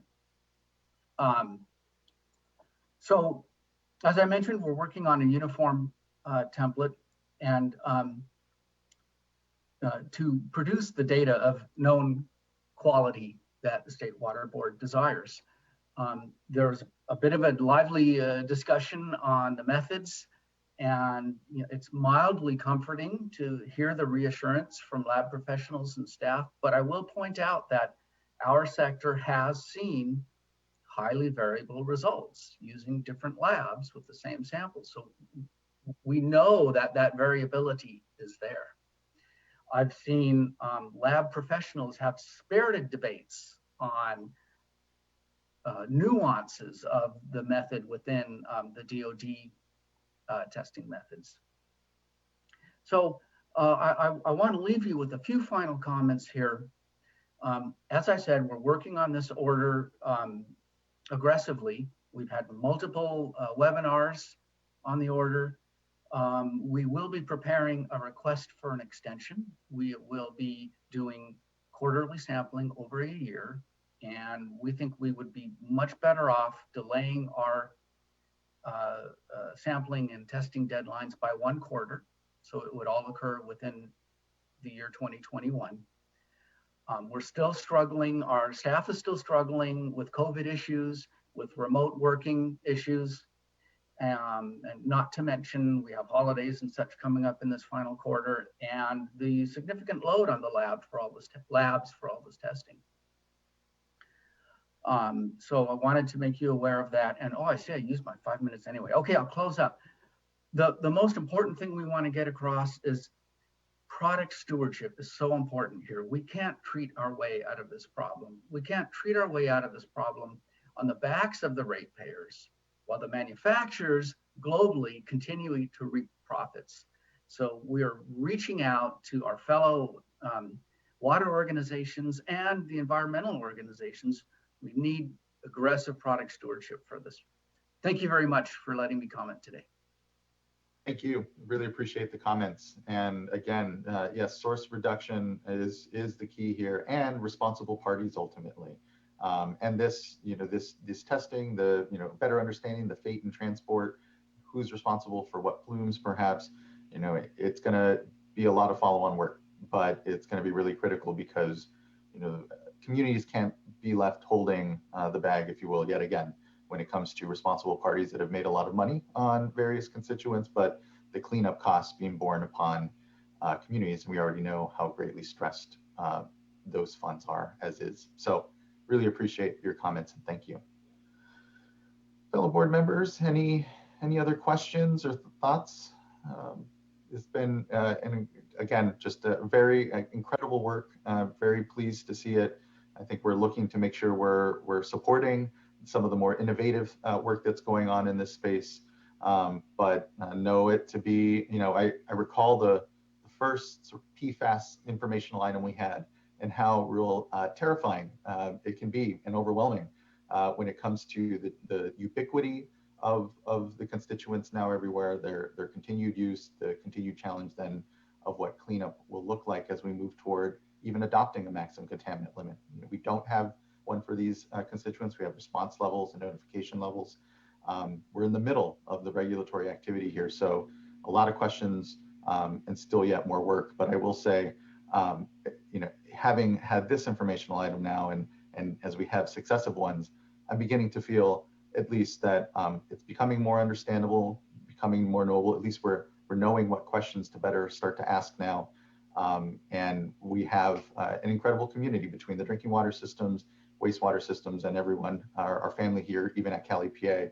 Again, acknowledging the importance of the Department of Toxic Substance Control, OEHA, Cal Recycle, and to really having a comprehensive approach here. So thankful for the work that I know staff does on that front as well. There's monthly, if not more frequent meetings around the PFAS response at Cal EPA. So just thankful for the disparate leadership, we'll say, in all of this. And if no further comment from board members, we can conclude this item. I think we're ready for a break here, so we can go ahead and take a 10-minute break and then come back and have our update on the Administrative Hearings Office. Any thoughts or comments from folks before we go to break? And if not, we'll come back at 11:35.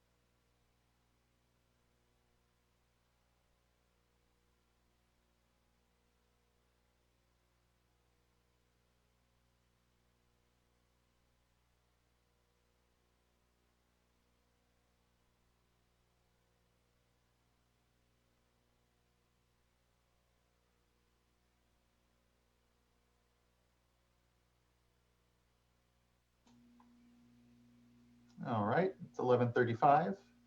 Can start to gather back up.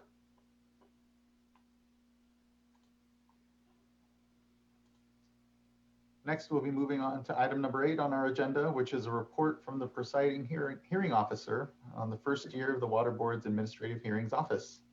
And here with us is the Honorable Mr. Alan Lewis. Good to see you. Good to have you with us here this morning. Well, thank you, Chair Esquivel. I don't think honorable is in my title, but I'll take it. So, but I won't let it go to my head. So good morning. We'll wait here, there. So my name is Alan Lilly, and I'm giving a report today on the Administrative Hearings Office first year. Next slide, please. So just in summary of what I'm going to talk about today, I'm going to begin my presentation with a brief discussion of the background that led to the Administrative Hearings Office. And I know this is, the board members know about this, so please bear with me, but I think the background information will be useful for members of the public who may not be as familiar with the background. And then I'll move on to the details of what we've done and what we plan to do in the future. Next slide, please. So just by way of background, as the board is familiar, under the traditional water right hearing process, which was in effect for many years and still is in effect, 1 or 2 board members are the hearing officers. Then after the hearing, the board staff works with the hearing officers to prepare a draft decision or order. And then the entire board considers that draft decision in both closed session and in a public meeting, receives comments from the public and interested parties, makes edits, and votes. So next slide, please. With the Administrative Hearings Office being created in 2018, the legislature gave the new office the authority to conduct water right hearings. This legislation did not change the statutes regarding the traditional water right hearing process, which remains as an alternative process. Next slide, please. The rest of my presentation today is going to talk about the Administrative Hearings Office statutes and process. Water Code Section 1110 established the Administrative Hearings Office as an independent organization unit within the State Water Board to provide neutral, fair, and efficient, fair, and efficient forum for adjudications. Section 1111 created the presiding hearing officer position and authorizes the presiding hearing officer to hire other personnel. Next slide, please.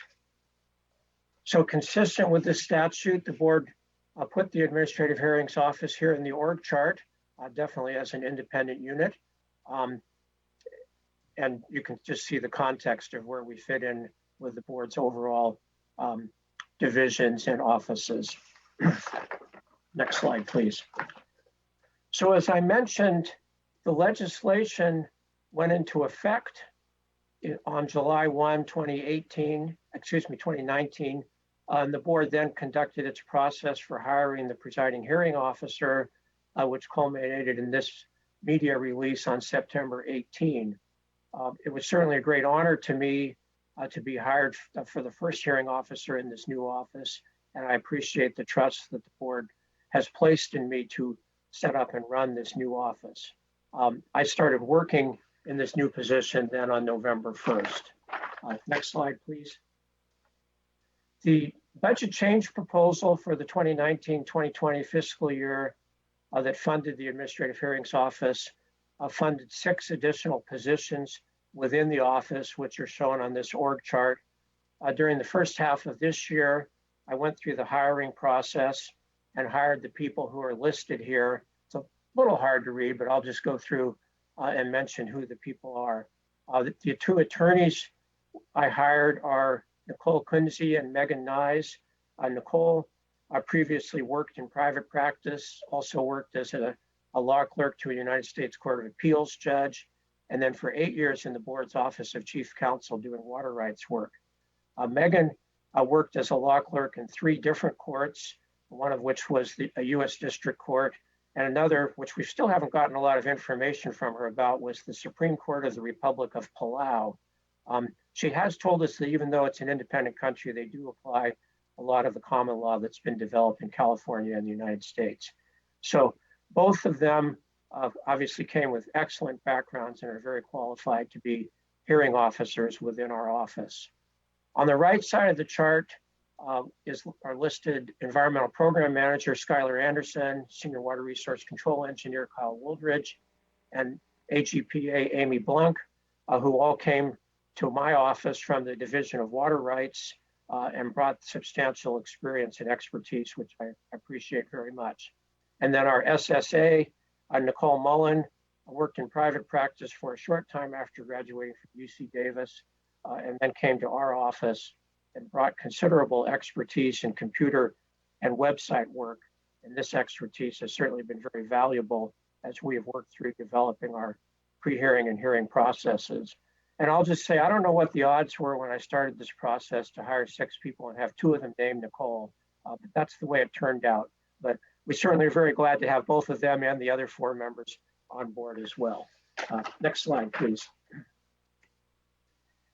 So Water Code 1112 provides that various types of matters may be assigned to the Administrative Hearings Office.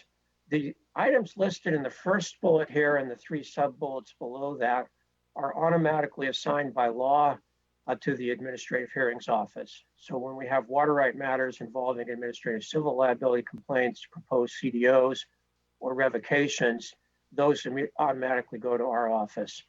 The Water Board, the statute provides the Water Board also may assign other adjudicative hearings to the AHO, and I will discuss in a few minutes the assignments the board has made. The statutes also provide that the AHO hearing officers may assist the board in conducting other adjudicative hearings and may conduct other types of work which are listed here. So far, none of these additional assignments have occurred, but certainly we look forward to them occurring in the future. Next slide, please. The section 1114 of the Water Code spells out the process for Administrative Hearings Office orders and proposed orders. For certain types of proceedings, the Hearings Office adopts a final order, which normally must be adopted within 90 days after the matter is submitted. And for those matters, the final order then is subject to review by the board through petitions for reconsideration. For all other types of proceedings, the hearing officer prepares a proposed order, again, normally within 90 days, which then is considered by the board.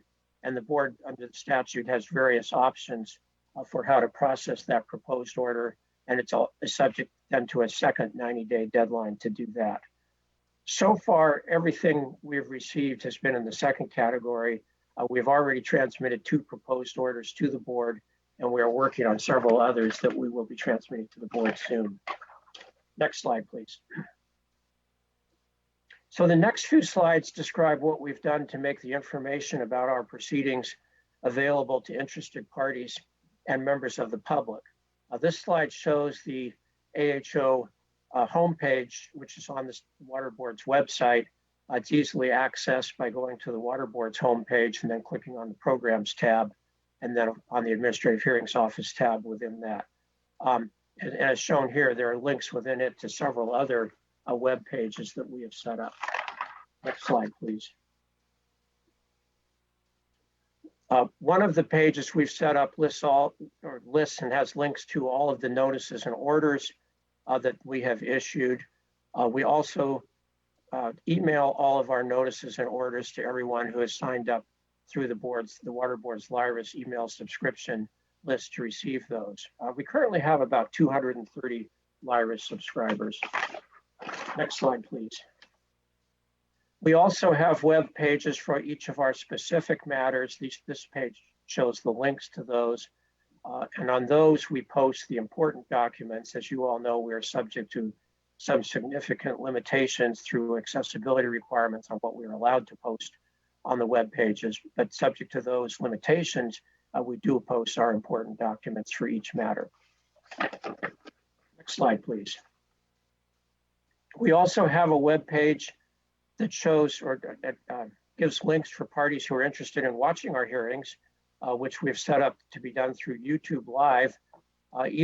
People can either watch them real time or just, and this obviously we rely on the board's expertise in setting this up, but either can watch real time or recordings of the matters. The various recordings for each matter are assembled into a playlist so that they can be easily accessed. We haven't exactly reached rock star status and probably won't, but I am happy to see that some of these were getting close to 100 views. So there certainly is some interest in our proceedings. Next slide, please. We've also set up, separate from the web page, an FTP site where we post the pertinent documents for each matter. And this is something where I've spent a lot of time on this because I think it's very important for the parties and the integrity of our process. Historically, for water rights matters, if a party was interested in seeing the historical documents, they had to go to the Water Rights Records Unit, look at the paper files, and order copies of the pages that they wanted. And of course, those files could be many inches thick or even feet thick in some cases. With the COVID-19 pandemic, obviously it's much harder for people to do that. The Water Rights Record Office is not open as much, and it's harder for people to access those files. So for both that reason, and also just so we can have a common database for each matter, we have set up an FTP site where we post the historical documents for each matter. It does mean we have to spend some time copying and scanning the documents from the paper files and then posting them here, but we do think it's worth the effort because of the benefits it provides to the parties. And then of course, as hearings proceed, we post all of the exhibits and testimony that the parties submit. I think this database not only is valuable for us and the parties to hearing, but it also will help the board when it's considering our proposed orders, and will make it easy to set up an administrative record if we need to. Next slide, please. So far, we've held 5 hearings. It certainly was not the way we anticipated things would start out a year ago when we thought we were going to be doing in-person hearings. With the COVID-19 pandemic and the closure of the Cal EPA building to the public, we've shifted to holding all of our hearings by Zoom teleconference. It took us a little time to adjust to this process and to figure out all the details, although frankly, my staff has done an excellent job of getting everything set up. I can't take credit for it, but we do have a very, very good process now, thanks to them. Most importantly, the parties still have opportunities to have their witnesses testify, to cross-examine other parties' witnesses, and nobody has complained about the hearing process. I think we really do give everyone a fair and equal opportunity to what would be done with an in-person hearing. And in fact, I think we have several advantages over in-person hearings. We don't have to reserve hearing rooms, which may sound like a little bit of a mechanical thing, but historically they were very hard to come by, and frankly, we're starting to delay our hearing schedule. So we can set hearings whenever we want. The parties don't have to travel to Sacramento, and for some of the smaller hearings, they have been very grateful for the people who live many hours drives away, and of course, subject to COVID-19. They've been very happy to be able to participate remotely. We can record the hearings through the Zoom platform, post the recording of each hearing to our FTP site the very next day. So this contrasts the old way where it took over a month sometimes for the court reporters to prepare the transcripts and get those posted and circulated to the parties. And frankly, I think we also have more detailed and understandable hearing record because we have both the audio and the video recordings of what people say during the hearing, and counterposed on that or proposed next to that is each exhibit or other document that the parties are referring to. So I think we have a very nice and usable hearing record. Frankly, I'll just say that's down the road. I don't know whether we'll go back to live hearings even if we can. I think in some ways, I think this process is so much superior that we'll stick with that. Well, of course, we'll cross that bridge when we get there. But I've been very happy with how we've been able to do things by remote teleconference and Zoom hearings. Next slide, please. One of the many benefits of the Zoom platform is that it automatically generates hearing transcripts from the voice-activated software. The transcript lists both who speaks and the time in the recording that the person spoke. The text of the transcripts is pretty good. Some of the breaks between one paragraph and the next aren't very logical, and we would not use this as our official hearing record. But these transcripts do help us and the parties and any interested members of the public as well to flip through a transcript of a hearing quickly, locate or determine the time, hour, minute, and second of a particular passage they're interested in, and then they can go to the video recording and get right to that. So it is a nice perk. We will continue to have these transcripts generated and include them in the official administrative record, but the actual video recording will be our official hearing record. Next slide, please. So what do we have pending now? We did receive early when my office first opened 8 different matters regarding alleged failures to file timely licensee reports for 2018, licensee reports and supplemental statements of water diversion and use. We ended up holding hearings in 3 of those matters. 2 of the proposed orders have already gone to the board, and we're working on the 3rd order. The other 5 matters ended up being resolved without the need for hearings. Separate from those, we did have one combination of draft CDO and ACL complaint that we held a hearing that ended up taking several days. We actually did a site visit, site inspection as well. That hearing is in closing, at the stage the parties are preparing closing briefings, and then we will work on our proposed order in that. And then there also were 3 draft CDOs that dated back to 2010 for a variety of reasons.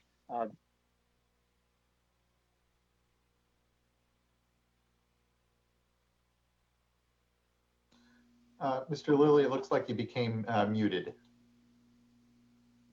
Okay, I'm sorry. That's because I accidentally hit my space bar. Thank you for telling me now and not 5 minutes from now. Okay, so I was just going to say we did have,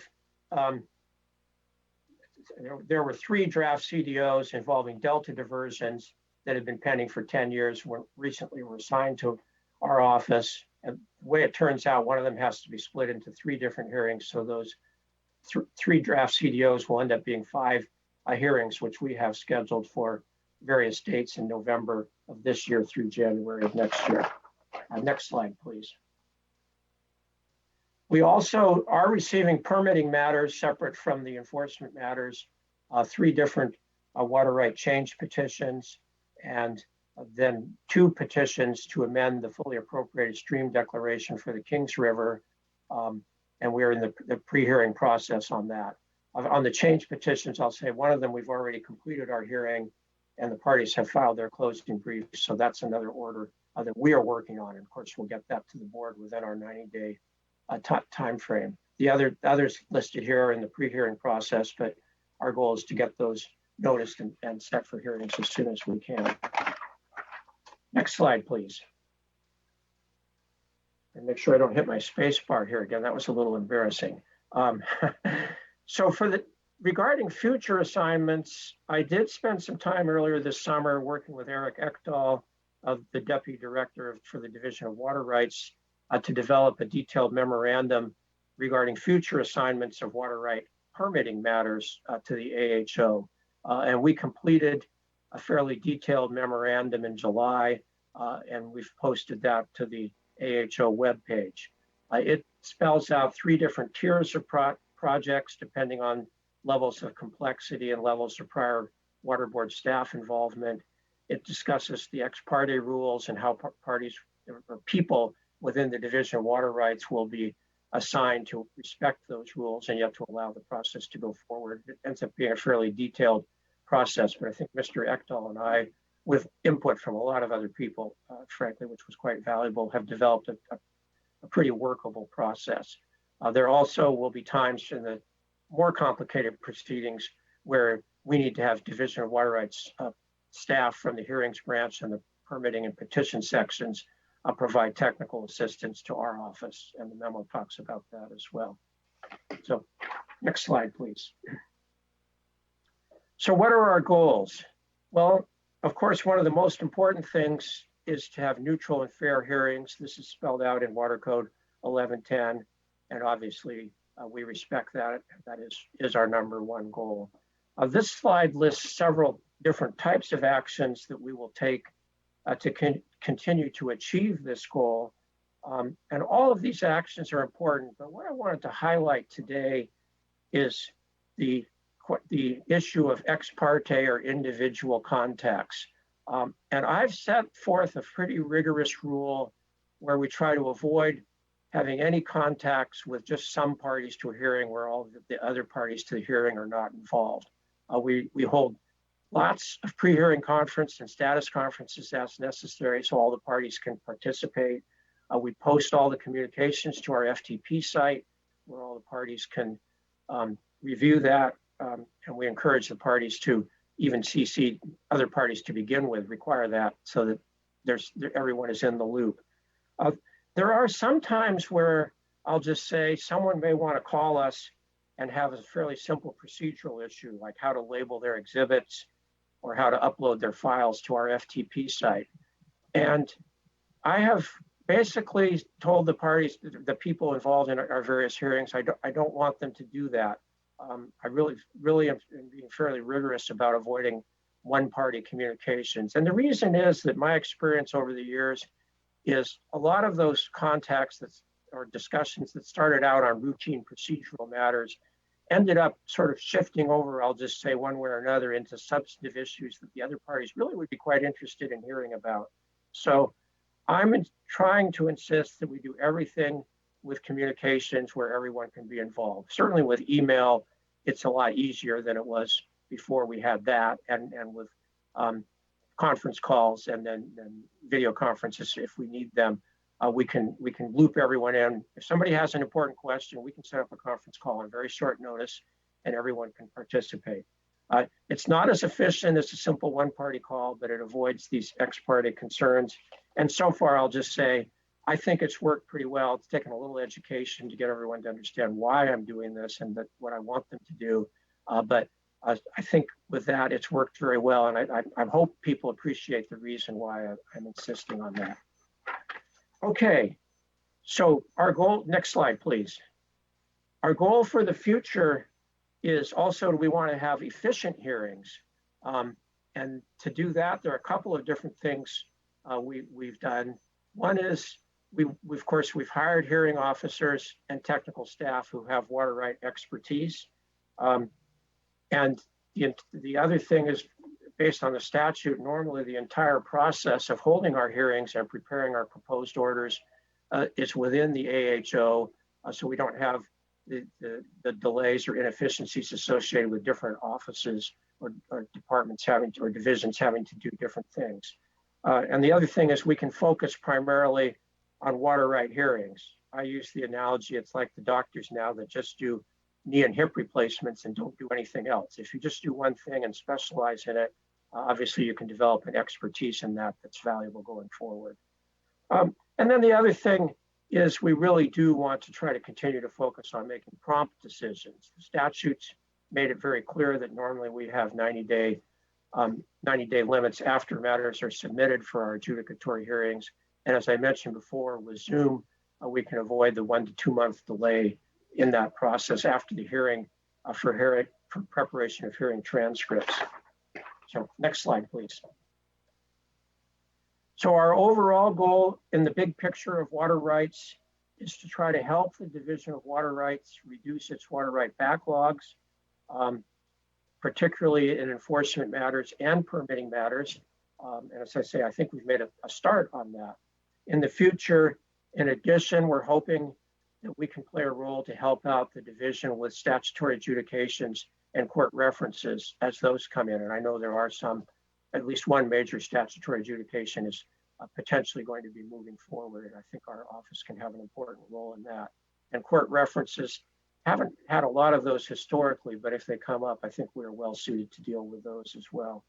So our success in achieving these goals is going to depend both on our continued efficiency, which we will work on, and then also on the numbers of new matters that are assigned to our office. Next slide, please. So I was thinking about 2021, and that got me to thinking about 2020 and what ended up happening in 2020, which I will just say, I don't think any of us were anticipating back in November of 2019 when I started working for the board, certainly with the COVID-19 and the associated state budget cuts. So I will say we were able to adjust to the fairly major changes and unanticipated events. And I think we've, in some ways, have used that as an opportunity to improve our process, and particularly our hearing process. Considering what has happened in 2020, it's a little scary to think about what could happen that we don't know about for 2021. And of course, if it's unanticipated, there's no way we can anticipate it. But I am confident that with the staff I have on board in our office, we have, and our experience and track record so far, that we do have the resources and creativity to deal with unforeseen developments to continue to reach our goals, or strive to reach our goals as we move forward. So next slide, please.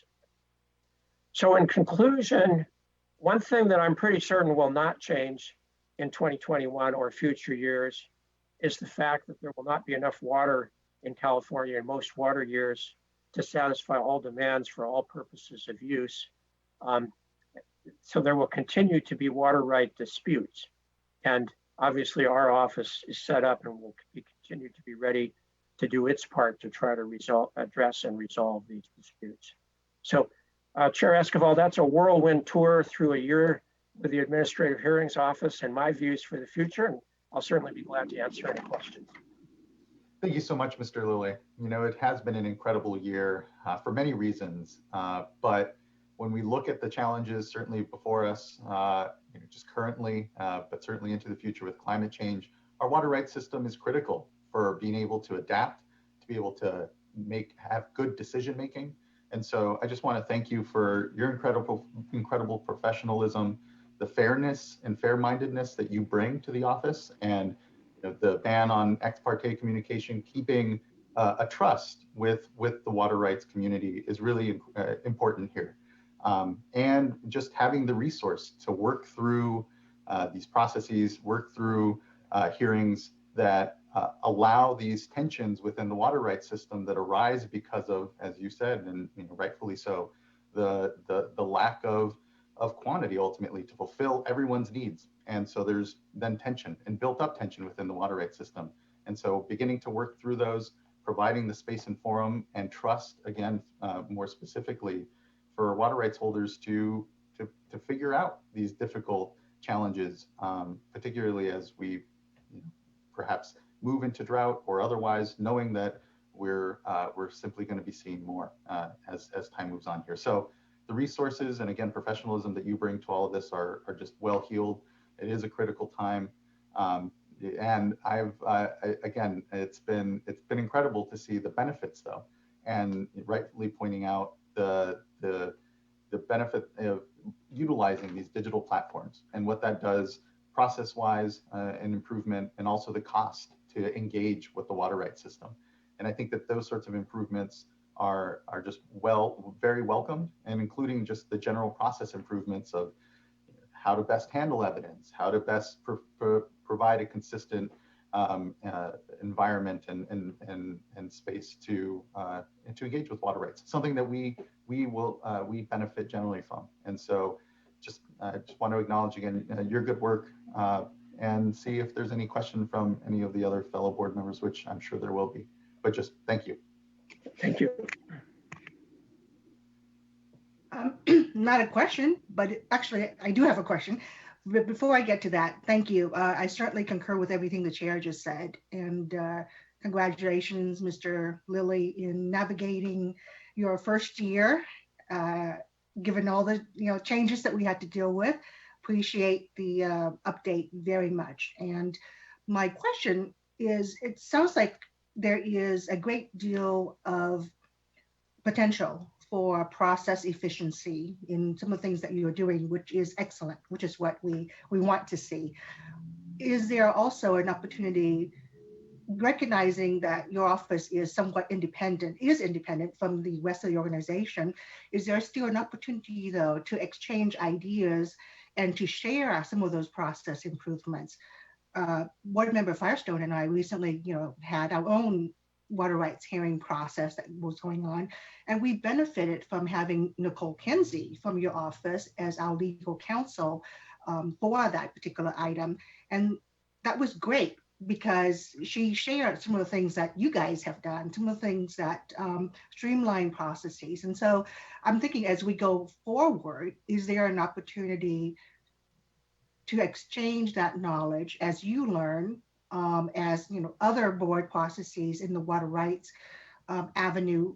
Is there a way for us to ensure that we grow together, and more importantly, that we stay consistent in terms of some of our policies and processes, so that for water right holders participating in a hearing process, whether it's in your office or through another process being conducted by water rights staff with one of the board members as a hearing officer, that we ensure some level of consistency as appropriate, given, I recognize that each water right matter has its own intricacies and uniqueness. But when it comes to looking at process efficiency, and when it comes to maintaining some level of consistency and fairness, I think it'll be very good if we're able to exchange ideas and keep that knowledge base continuing amongst the entire organization. Yes, well, thank you. And the answer is absolutely. The ex parte rules are out there, but I don't think they will limit any of the types of communications you are talking about, because the people on the hearing teams are not parties to either our proceedings or vice versa. So absolutely, we want to coordinate. And frankly, we don't know it all. We are still learning. We are certainly going to build on our experience. And if we can build on your experience or you can build on ours, that's very valuable. Our goal is to make all of our hearings more efficient, and we certainly welcome that interaction. And just on another note, I even have a month or two ago received an inquiry from one of the attorneys from one of the regional boards asking for discussion, basically our experience with running Zoom hearings. So, and basically lessons learned that we could pass on to help them. So, and of course, we're more than happy to do that. So yeah, we're all in this team together. And I mean, the main issue with ex parte contacts is obviously we don't want to have separate contacts with members of the enforcement section regarding a matter that they are involved in a hearing on. But subject to that limitation, I agree 100% with what you're saying, and certainly welcome that. There's a desire for cooperation and helping each other build on that. Yeah, thank you both for that. And actually would invite Chief Deputy Eric Oppenheimer or anyone from Water Rights actually to reflect back on that point and anything else they might want to bring up actually.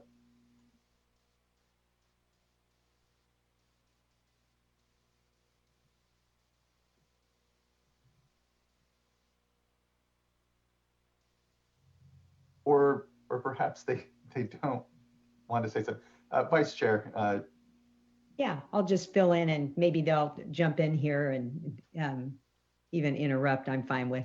I just want to join in the thanks that others have already given you, Mr. Lilly. Just really appreciate what you've done to pull things together in this difficult year. And I'm just really excited about the process efficiencies that we're seeing so far and in the amazing staff that you have selected. I'm just really excited about the opportunity perhaps to send some meaty things your way, meaty as an MEATY. And I am just wondering, not having been involved in the water rights hearings process other than a few times.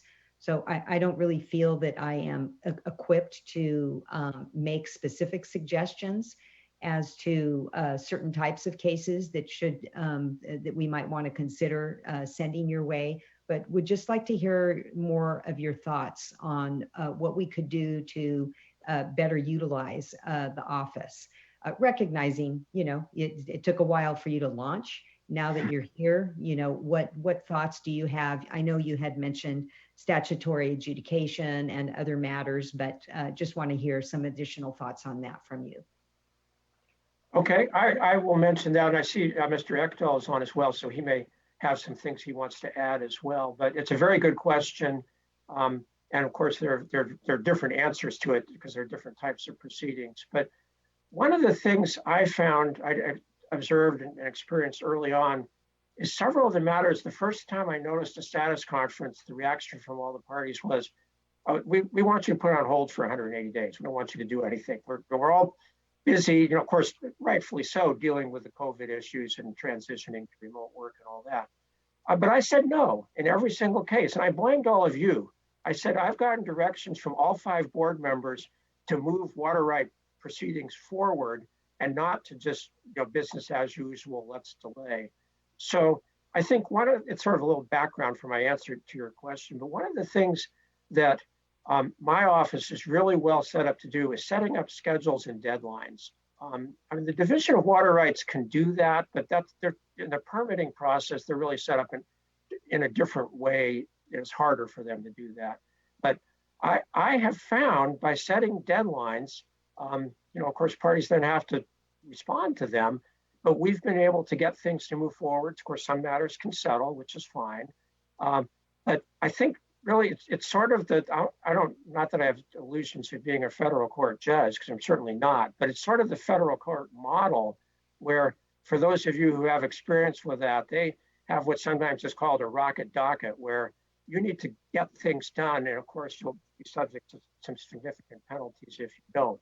So we won't ever be that draconian, but to answer your question, when we can move things along, that helps parties settle issues. And of course, it helps resolve things as well. So that applies both to traditional enforcement matters and also to traditional permitting matters. As far as statutory adjudications, I have talked to Office of Chief Counsel, both Andy Sawyer and Michael Loffer, about this.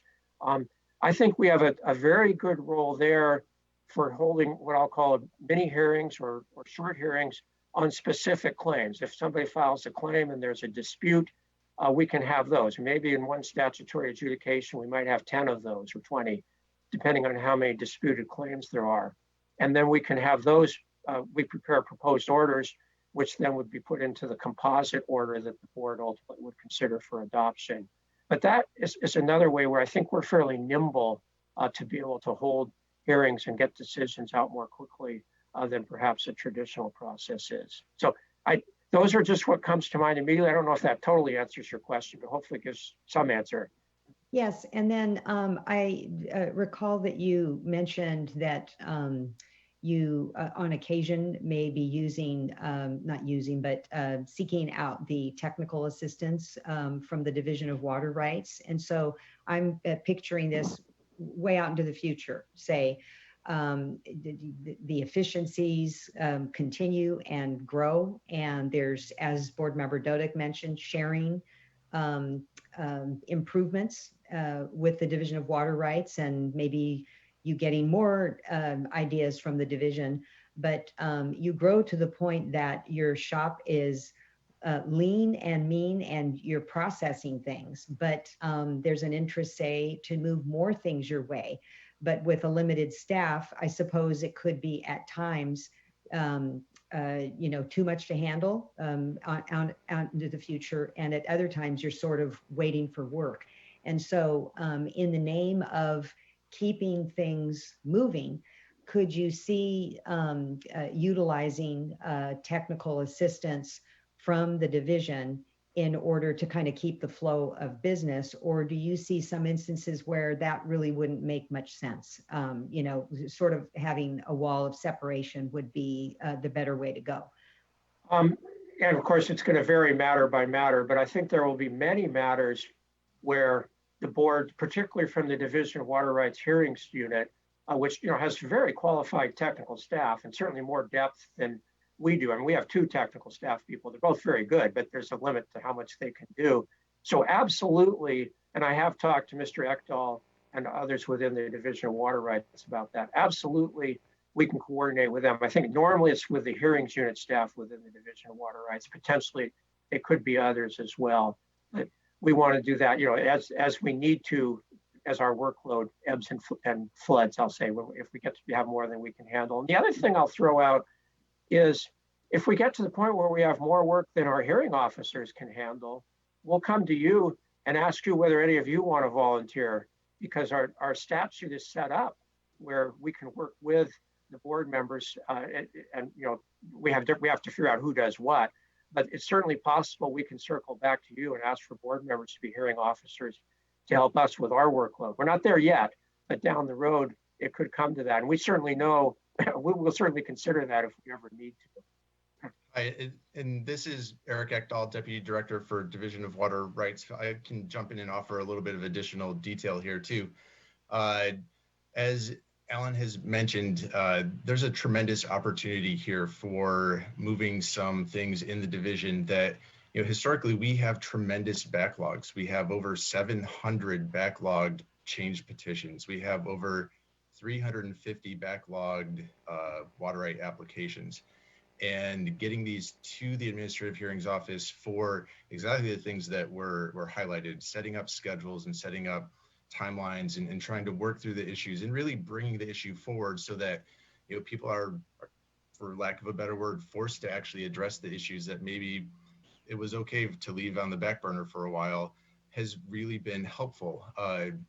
Admittedly, we on the division side have been a little bit slow in sending Alan a fair number of things. I think so far he's mentioned the 8 enforcement matters. I'm actually firewalled off there, so I can't know about the enforcement matters. But the petitions and the applications in these other matters, we've been investing a fair amount of time to try and move some of those forward. I think right now there's 3 or so listed on the website. There's a couple more that just haven't been posted yet, and we're probably a month or so away from another 3. And so we're slowly starting to trickle these things out. I think the COVID reality actually did affect our ability to move some things forward. We started a process to review all 700 backlog petitions when the hearings office first started. But then in moving to telecommuting and not having access to files, because our files are all paper records and we don't have kind of modern digital access, that process has effectively stopped, for lack of a better term. The realities of the hiring freeze within the division, it's hit us pretty hard. We have 175 PYs in the division, and as of October 1st, we had 34 vacancies, and then you layer on the 10% mandatory furloughs, the 5% redirection, and we were actually operating at about 65% staff efficiency. And that does take a tremendous toll because the workload otherwise doesn't stop. And, you know, with the fee increase that was approved recently, that's going to give us the opportunity to backfill many of these positions, but it's going to take us 6 to 8 months to do so. That's just the timelines that the Cal HR process takes. So, you know, we're slowly building that capacity back up, and we're going to double down on the need to really push petitions and applications in particular forward. Those are the things that we do have a little bit more control over how we do that. And so we've had a number of conversations internally on how we do that. How do we identify ones that are appropriate to move forward and ready to move forward? And then even some that, you know, maybe aren't ready, but we're ready for them to move forward and we just need to get them moving. Those are high priorities within the division. We're actively working on it. And the technical assistance that I think has been brought up a couple of times has already kind of been developing and actively kind of ongoing within the division. A lot of the staff, or almost all of the staff within the hearings office, came from the division. So there's already this body of kind of technical expertise, but working out the processes and figuring out how do we share knowledge in just terms of how do we process an application and how does that factor into some of the planning elements that the hearings office is going to do. You know, we're having these conversations frequently. So hopefully that provides a little bit of additional context, and, you know, we continue to push these forward. I appreciate that. And I know the work is being done with what existing tools we have, but I think that there is also a question about, you know, is it time to procure a docket system? You know, the PUC has a better docket system, other entities that, you know, are out there, regulatory and or otherwise, you know, how do we start to invest in some of the systems here and and taking care of both needs from the Administrative Hearings Office side, but then also water rights, knowing it's that complete continuum over here. And appreciate, Mr. Lilly, the commitment to seeing it as that continuum of shared resource on that side. These processes, again, the improvements that you're bringing, the thought is really critical to us just being able to churn better and have the resources to do so. So it all comes at a really critical time as we, again, continue to see the need to clear the backlog in the water rights system, but begin to work in the system more because of its link to climate change ultimately, and the ability for our water systems to adapt to a changing hydrology. So. I had just a follow-up question on the discussion that we all just had. So there's, with the goal of trying to utilize the Administrative Hearings Office to speed things along, help us with our backlog, and thinking about how to, improve our ability to do adjudicatory matters even better and more efficiently. What I heard was that there's that the board needs to give some direction on what goes to the Administrative Hearing Office, and it seems like there's two different levels that happens. One, it seems like, was what Deputy Director, I forget, I'm so bad at titles, but what Mr. Ekdahl mentioned, which is, when the core, the sort of statutory categories that are already, within the purview of the Administrative Hearing Office, when there are those ready or able to be moved, that there's a process of how do we move that over in those sort of already statutory categories that would be going over there.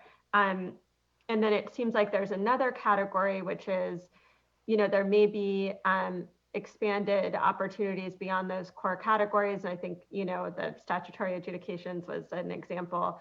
So I'm just wondering, process-wise, how it sounds like maybe there's an MOU that's developing on how to do some of this, but is there a process that we're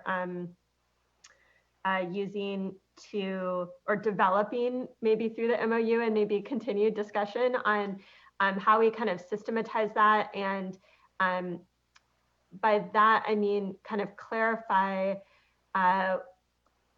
when things are ready to go to you in that first category. And then also, when it's beyond those categories, is there some direction that the board, I guess I'm also curious what has to come from the board in terms of direction itself, like ourselves, or is it sort of staff determining kind of ad hoc on individual opportunities for additional support the Administrative Hearing Office is providing beyond those core statutory categories? Probably lots of questions there, but I just wanted to understand that better. So I'll start. I can answer part of your question, but not all of it. That under the statutes, there really are two different referral processes, depending on whether, in simple terms, whether it's an enforcement matter or something else. For enforcement matters, it really is up to the Division of Water Rights. If they issue an administrative civil liability complaint or a proposed cease and desist order or a proposed revocation of a water right permit or license, once they issue that, then it automatically goes to our office. No further action is needed beyond that because it's enforcement action by law. For everything else, which is primarily so far water right permitting matters, but as we mentioned, could also be statutory adjudications and other matters, those are for Mr. Ekdahl and his staff to develop. And the way we've done it now, the way he's done it now, is he develops a recommendation to Ms. Sobek, and then as executive director, she formally assigns those to the Administrative Hearings Office. So that, just to clarify, that's under the law, there are kind of two different processes depending on the type of matter. But Mr. Ekdahl may have more to say about what happens within the division in those two categories? I'll try and describe what process we do use in at least the petitions and the application sense, and maybe even touch a little bit on the enforcement matters, just to describe kind of that process and why forecasting how many enforcement matters actually make it to the AHO is a really difficult task, but I'll come back to that in a second. The process that we look at for assigning petitions and applications is really based on staff capacity, staff workload, and their relative knowledge / experience with their existing set of projects. So we do have, I'll take applications as an example, about 350 backlogged applications. We have a item on our website that highlights whose court the application is in. Sometimes it's in our court, sometimes it's actually in the applicant's court.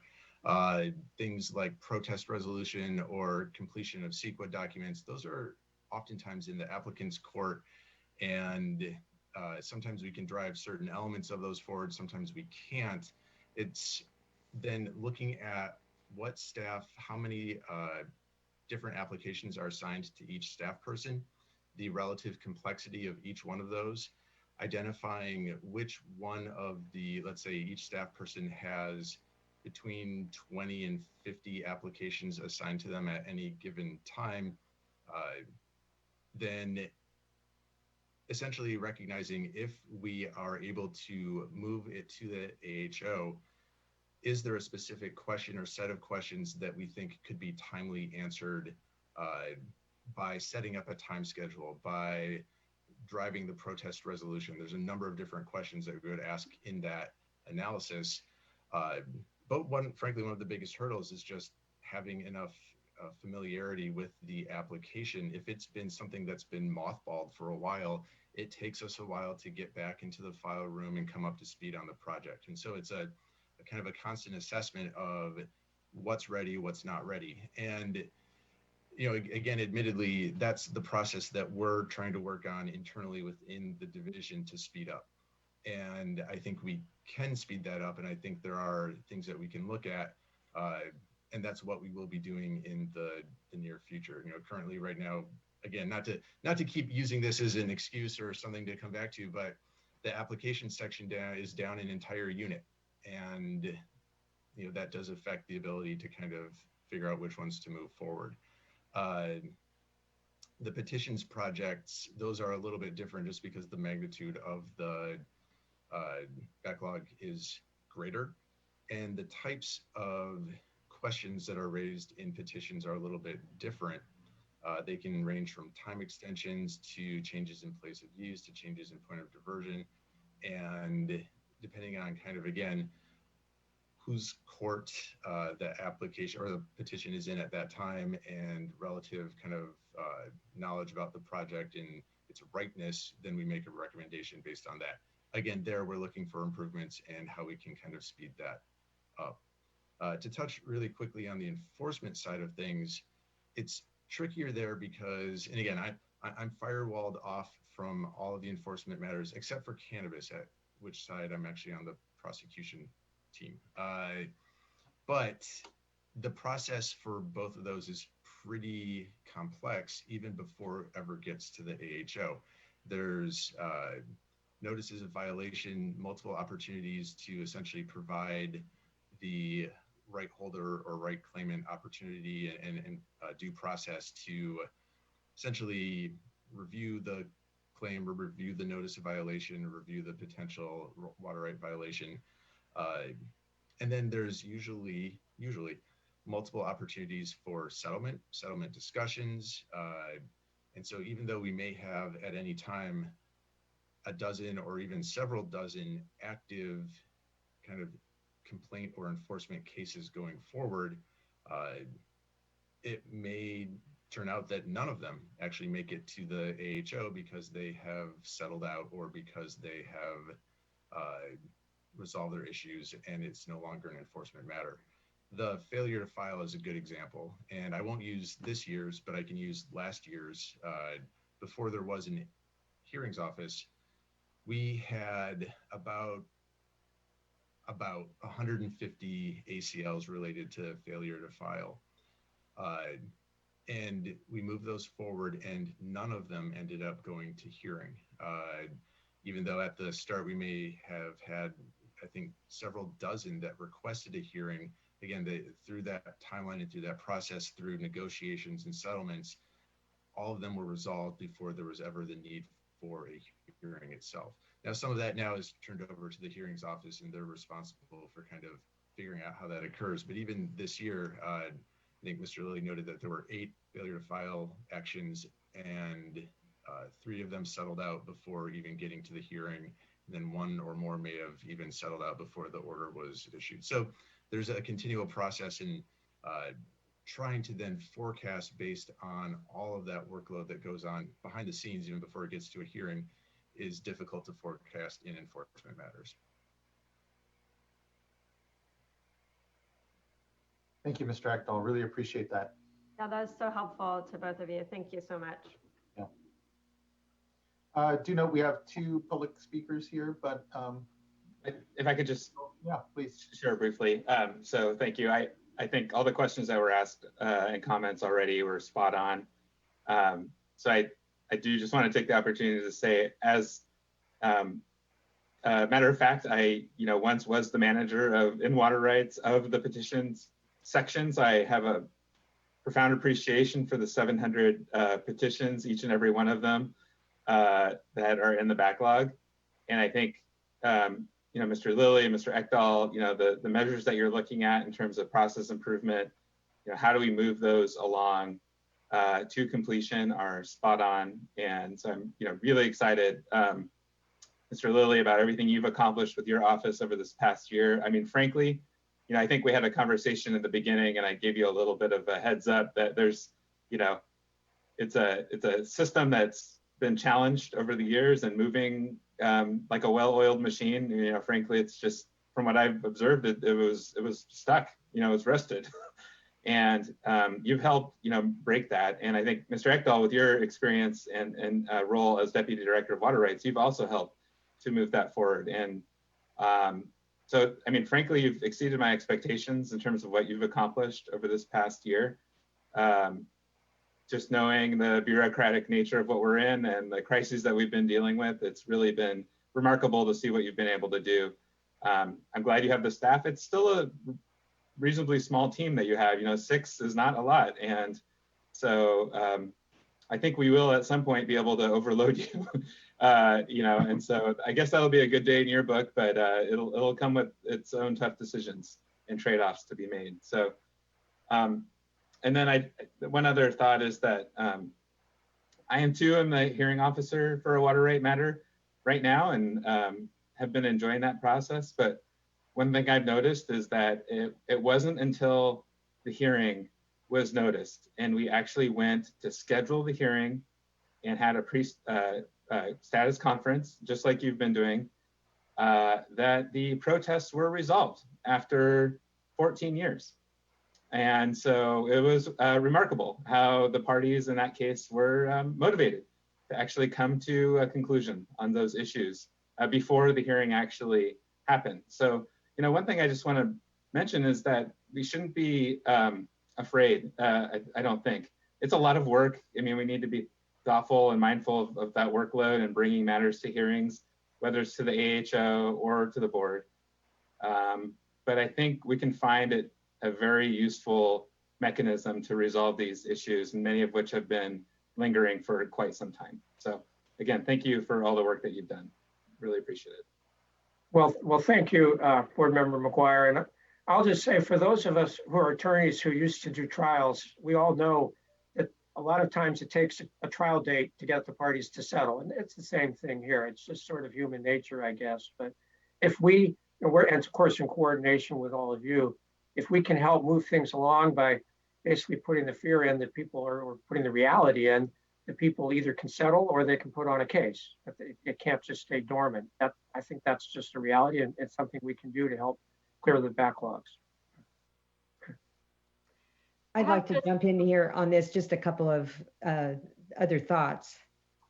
And that is, I suspect that on failure to file, it would be easier than on these water rights matters, but through time, it would be curious to see on the failure to file, the reduction in light of the fact that we're actually moving forward on failure to file, which is in years past, we've collected that information, but now that we have an ability to actually process them, it would be interesting to be able to better gauge, for example, on something like that, what the caseload, the actual caseload would look like. And is it possible to extrapolate, I know on a water rights petition or a change, that it's much more complex, but a better way to gauge in working those matters up, moving them over, whether through the division or through the office, you know, some way to better gauge workload. I just know when I was practicing law, I'd walk into court on, you know, any given day with a stack of files, and only so many would actually go to hearing. And we had a way to gauge that, you know, roughly that stack would turn into about 3. Not based on my expertise because I was new at it, but based on those that had been in the office for quite some time. So I'm sure we'll get better at it. And I'm just excited about these opportunities going forward. Yes, well, thank you. We're starting to get our first data point. So we'll get a couple more and then we can see whether we have trends. But that's a very valid point, and I'm looking forward to seeing how those trends play out. Member Firestone. Yeah, I just had 2 little questions for future things. One is, you know, I don't, you mentioned how this is, I think both Mr. Ekdahl and Mr. Lilly, you mentioned that there's challenges with our paper files and that we're working on, it sounds like the administrative hearing file office is doing some scanning so that it's electronically accessible where we have for the ones that are going to your office. And you know, I know there's a much bigger challenge overall with Division of Water Rights. I'm wondering with that, is there, you know, I know we are in desperate need of trying to upgrade our ERIM system and sort of public access to a lot of this data. Is there some way that in this process of, you know, moving things to electronic files that we can do more than just sort of scan a PDF, but also just begin to kind of improve access to water rights data points that we need to build into, you know, do a much bigger effort to improve, but I'm just wondering if there's any opportunity there in the like piecemeal approach that we're doing. I will jump in and maybe offer a more pessimistic opinion than you're looking for. Given our existing capabilities with our ERIMS system, I think the answer broadly is probably not. There's no electronic file management structure available. ERIMS wasn't built to do that. There is a way that you can store electronic files and tag them to a specific water right in ERIMS, but in doing so, those files aren't indexed or aren't indexed appropriately. Again, it's not set up to do that. And to really be able to do that, probably would argue for a pretty whole-scale revision or revamp. I think that, you know, one of the things that we need to do is make sure that the electronic files that are going to the hearings office, that we do maintain them. But again, we don't have an electronic file content management system for water rights. And so at some point, we're going to have to go and print out every one of those electronic copies and put them back in the file if it's appropriate to do so.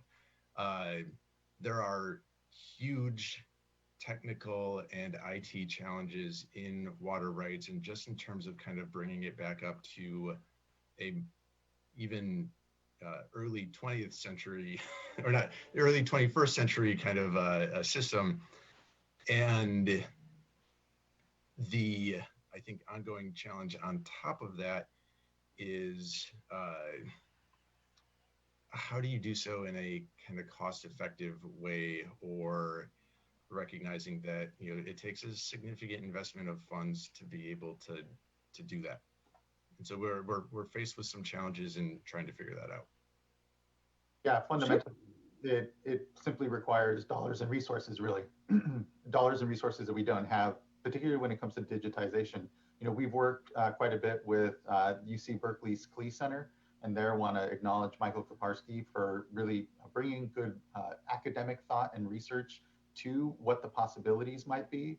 But either way you slice it, it costs dollars and significant amounts that we simply don't have. And it is going to have to be part of a discussion as we continue to do our part to caretake the water rights system, to flag that it requires resources if we're going to do well here, particularly if we're going to leverage digital services that allow us to do more with less and really start to become a 21st century state when it comes to the management of our water resources. But we have a very long way to go, and it can seem a little daunting when we just have some fundamental challenges here. So the good news, Board Member Firestone, is we had the luxury of starting a new office. So we didn't have a legacy that went back to 1914 the way the Division of Water Rights did. So frankly, all our files are electronic. We haven't even gotten paper files because we haven't even gotten our file cabinets for them. And to the extent we can, obviously, we want to have all of our records be electronic files. Only, if we ever do have a matter where we have to assemble administrative record, I'm hoping it's, here are the electronic files. This is our record. I cringe when Mr. Ekdahl talks about printing thousands of pages of paper. I hope at least for our hearings matters, we never have to go there. I'm not blaming Mr. Ekdahl. He obviously inherited over 100 years of paperwork that I did not. But we certainly, for our office, want to keep it all electronic and completely publicly available too. Right. That digitization of the data makes it transparent and open and quickly able to be understood. So thank you for your commitment, Mr. Lilly, in having a digital first office. And to your point, it is very different when it comes to then the inherited system that we have on the complete water rights side. But nonetheless, your digital first strategies will pay off. And again, part of our collective discussion here on how best to manage all this. So thank you. Really appreciate that. I had one other question, unless other people wanted to talk on that point. Okay, so quickly, and this is, I think, a longer discussion, but especially thinking about now that we're, you've done a huge amount of work setting up this office. One of the things I've seen and just have question I would like us to think more about is how we make the kind of administrative and adjudicatory processes that the board does, the adjudicatory processes that the board does, and now, also the administrative hearing office, just ensuring that we can make sure it's accessible to all parties and water rights holders, some of which are not as well resourced as others, and just being intentional about looking at how under-resourced tribal water rights holders, just disadvantaged communities, individuals that may not be able to have unique needs in terms of accessing the adjudication processes that we do at the board, how we factor that in and what kind of systems we can provide and build in, and thinking about how we can do that more into the future. Well, and that's a very valid and of course very challenging comment. Of course, my first reaction is, well, we're going to post everything on the internet so everyone will be able to access it. And if your point is many of the people you're talking about may not have access to the internet. So I think this is something that you and I, perhaps some of my colleagues and you and I should have further discussions about, because it's a very valid point and it's not simple to deal with. One thing we are trying to do, we learned pretty early on, and I think this was Skylar Anderson, who has a lot of great suggestions, and this was one of them, was, let's have guides to, layperson. I hate to use the term non-attorney, but basically people who aren't as familiar with the process, let's have guides for what they need to do to participate in our hearings. Not giving them an advantage, but just telling them how it works and what they need to do. And I think that doesn't address by any means all of your concerns, but I think that may address some of them and going forward. But frankly, I think we probably need your input on how to move forward on that, because these are very challenging but very important issues. And I think I'll just go ahead and pop in, because I think, Member Firestone, your question was a little bit broader than just our water rights adjudicative proceedings. And certainly, we've had the benefit of continuing to expand the Office of Public Participation over the last few years, and there are a number of areas where we've asked that crew to really focus, but we have not to this point had them really focus on the issue of adjudicative proceedings, which do raise some threshold challenges. They have a higher barrier of entry than our typical workshops. One of the things that we've been talking about during COVID is we've gotten much more comfortable with these technologies, allowing for electronic meetings and the ability to put up essentially remote testimony sites so that folks will not have to travel to Sacramento, even in a post-COVID world, to provide testimony to us. Adjudicative hearings present some interesting challenges because Presiding Officer Lilly has been able to conduct his proceedings electronically, in part because the governor has waived a provision of the adjudicative chapter of the APA that would otherwise allow any party to a proceeding to object to an electronic proceeding. So once we get past COVID, we'll have to see how we can adapt and use these technologies and avoid circumstances where the lowered barriers of entry that we enjoy with them are not frustrated by some of the procedural requirements that come out in the Administrative Procedures Act. So these are all things that are in the mix and that we'll continue to look to. We have always kind of prided ourselves, even if we don't always succeed, in that the boards do have a very open process. We strive to let folks of all stripes participate in our proceedings and not limit it to the legal bar, if you will. But definitely the water rights adjudicative proceedings do have a higher barrier of entry, and we really should kind of roll up our sleeves and engage OPP to see if we can help in that. And I think Presiding Officer Lilly's suggestion of a guidebook, we used to actually have a document like that, as I recall, in water rights that helps explain the process, but updating it for modern times would be a really good step for us. And I have to be fair to my staff. It's also Kyle Woldridge. I don't want to slight Kyle because he was involved with Skylar on that, and very good comments from both of them. But yes, so we will work with all, and certainly Board Member Firestone, if you call me and say you want to follow up on this, we will, because it's a very valid point. And to the extent we can use your guides to help people. I mean, we want people to be able to fairly and equally participate in hearings. I mean, at the end of the day, people may not like our orders, but we want them to feel like they had fair hearings. Yeah. I mean, I know from my experience in court, sometimes I would feel like I had a fair hearing even if the judge ruled against me, and sometimes I would not. And that is really important. It's for the integrity of the whole water board's process. Thank you. I feel very fortunate that, particularly with our regional water quality control boards as well, that we do have a tremendous amount of transparency and engagement that happens. But to Board Member Firestone's point, we always have to be aware of the barriers, even to our other regulatory proceedings, which, again, we really try to pride ourselves in ensuring that we help individuals understand what the discussion is, how to engage, because as decision-making bodies, if we leave people out, consciously or otherwise, then we're leaving on the table our own ability to be the best decision-making body we can. And so that engagement, lowering that bar, bringing folks to the table to discuss, understand, and participate is really the hallmark of what it is to govern in the modern world. So really, thank you, board member, for bringing up the point, and Mr. Lilly, your commitment in the water rights space with us here, because it is a lot more difficult, even more than our other esoteric regulatory processes as well. So thank you.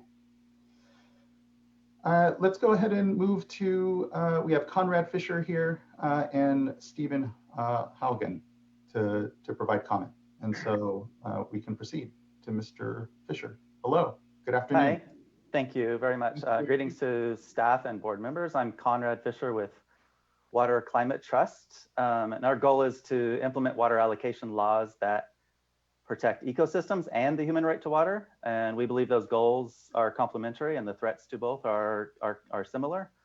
I mostly want to express gratitude to everyone who helped establish this hearing office and the hearing process. I think it's invaluable to parties to disputes. It provides access to justice to people who otherwise could not afford it, because accessing justice in the normal court system is very expensive.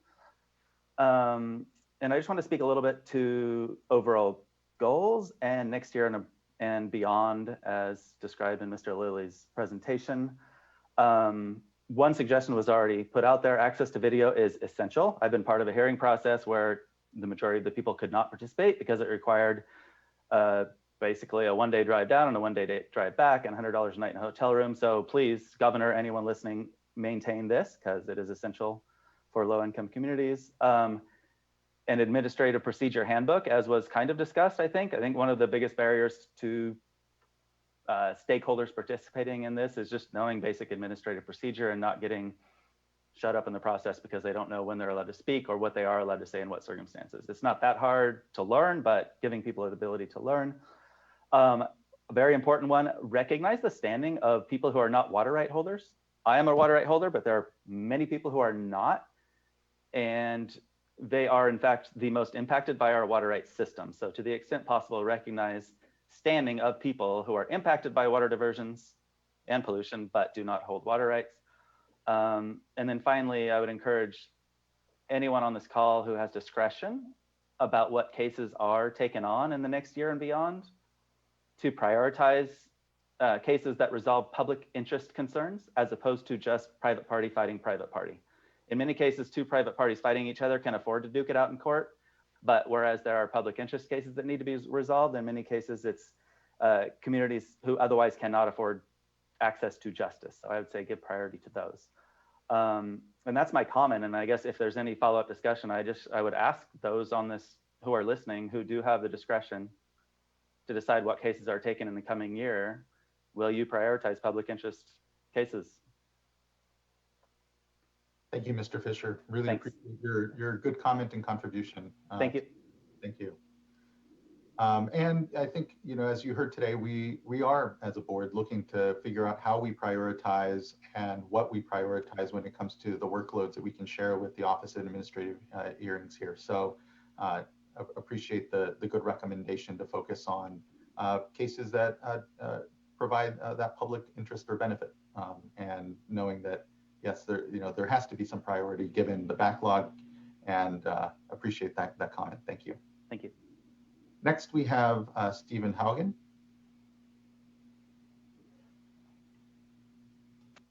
Yes, thank you. Okay. Yes, thank you for the update, and I have no comment at this time, so I appreciate it. Thank you. I appreciate it. Thank you for your participation today. Well, board members, anything further? I know we do have a personnel session, and this is the last item here on our agenda, but anything further here to comment on? I really appreciated this incredible conversation on this item for sure, and the previous one as well. And just thank you, and look forward to the year ahead and the continued growth of this office, and hearing an update sooner rather than later there as well, I'm sure. So great, thank you very much. Really appreciate it, Mr. Lilly. We are just at about 1 o'clock, and that concludes our noticed items here. We will go into a personnel session, a closed personnel session. I will go ahead and advise my fellow board colleagues, let's take a 30-minute lunch break then. We can go ahead and say we'll gather back up here at 1:30 for the closed personnel session. anything I'm missing, Mr. Lawfer, or any other comment from board members before we wrap up here publicly for the day? No, the only thing of interest would be, of course, it won't be on this Zoom platform. All the board members on their calendar do have the appropriate links for the closed session we'll have today. Thank you, much appreciated. Well, with that, this meeting is now adjourned, and we will see you all here in a couple of weeks. And just thank you everyone for your attention and time these last 2 days. See you soon.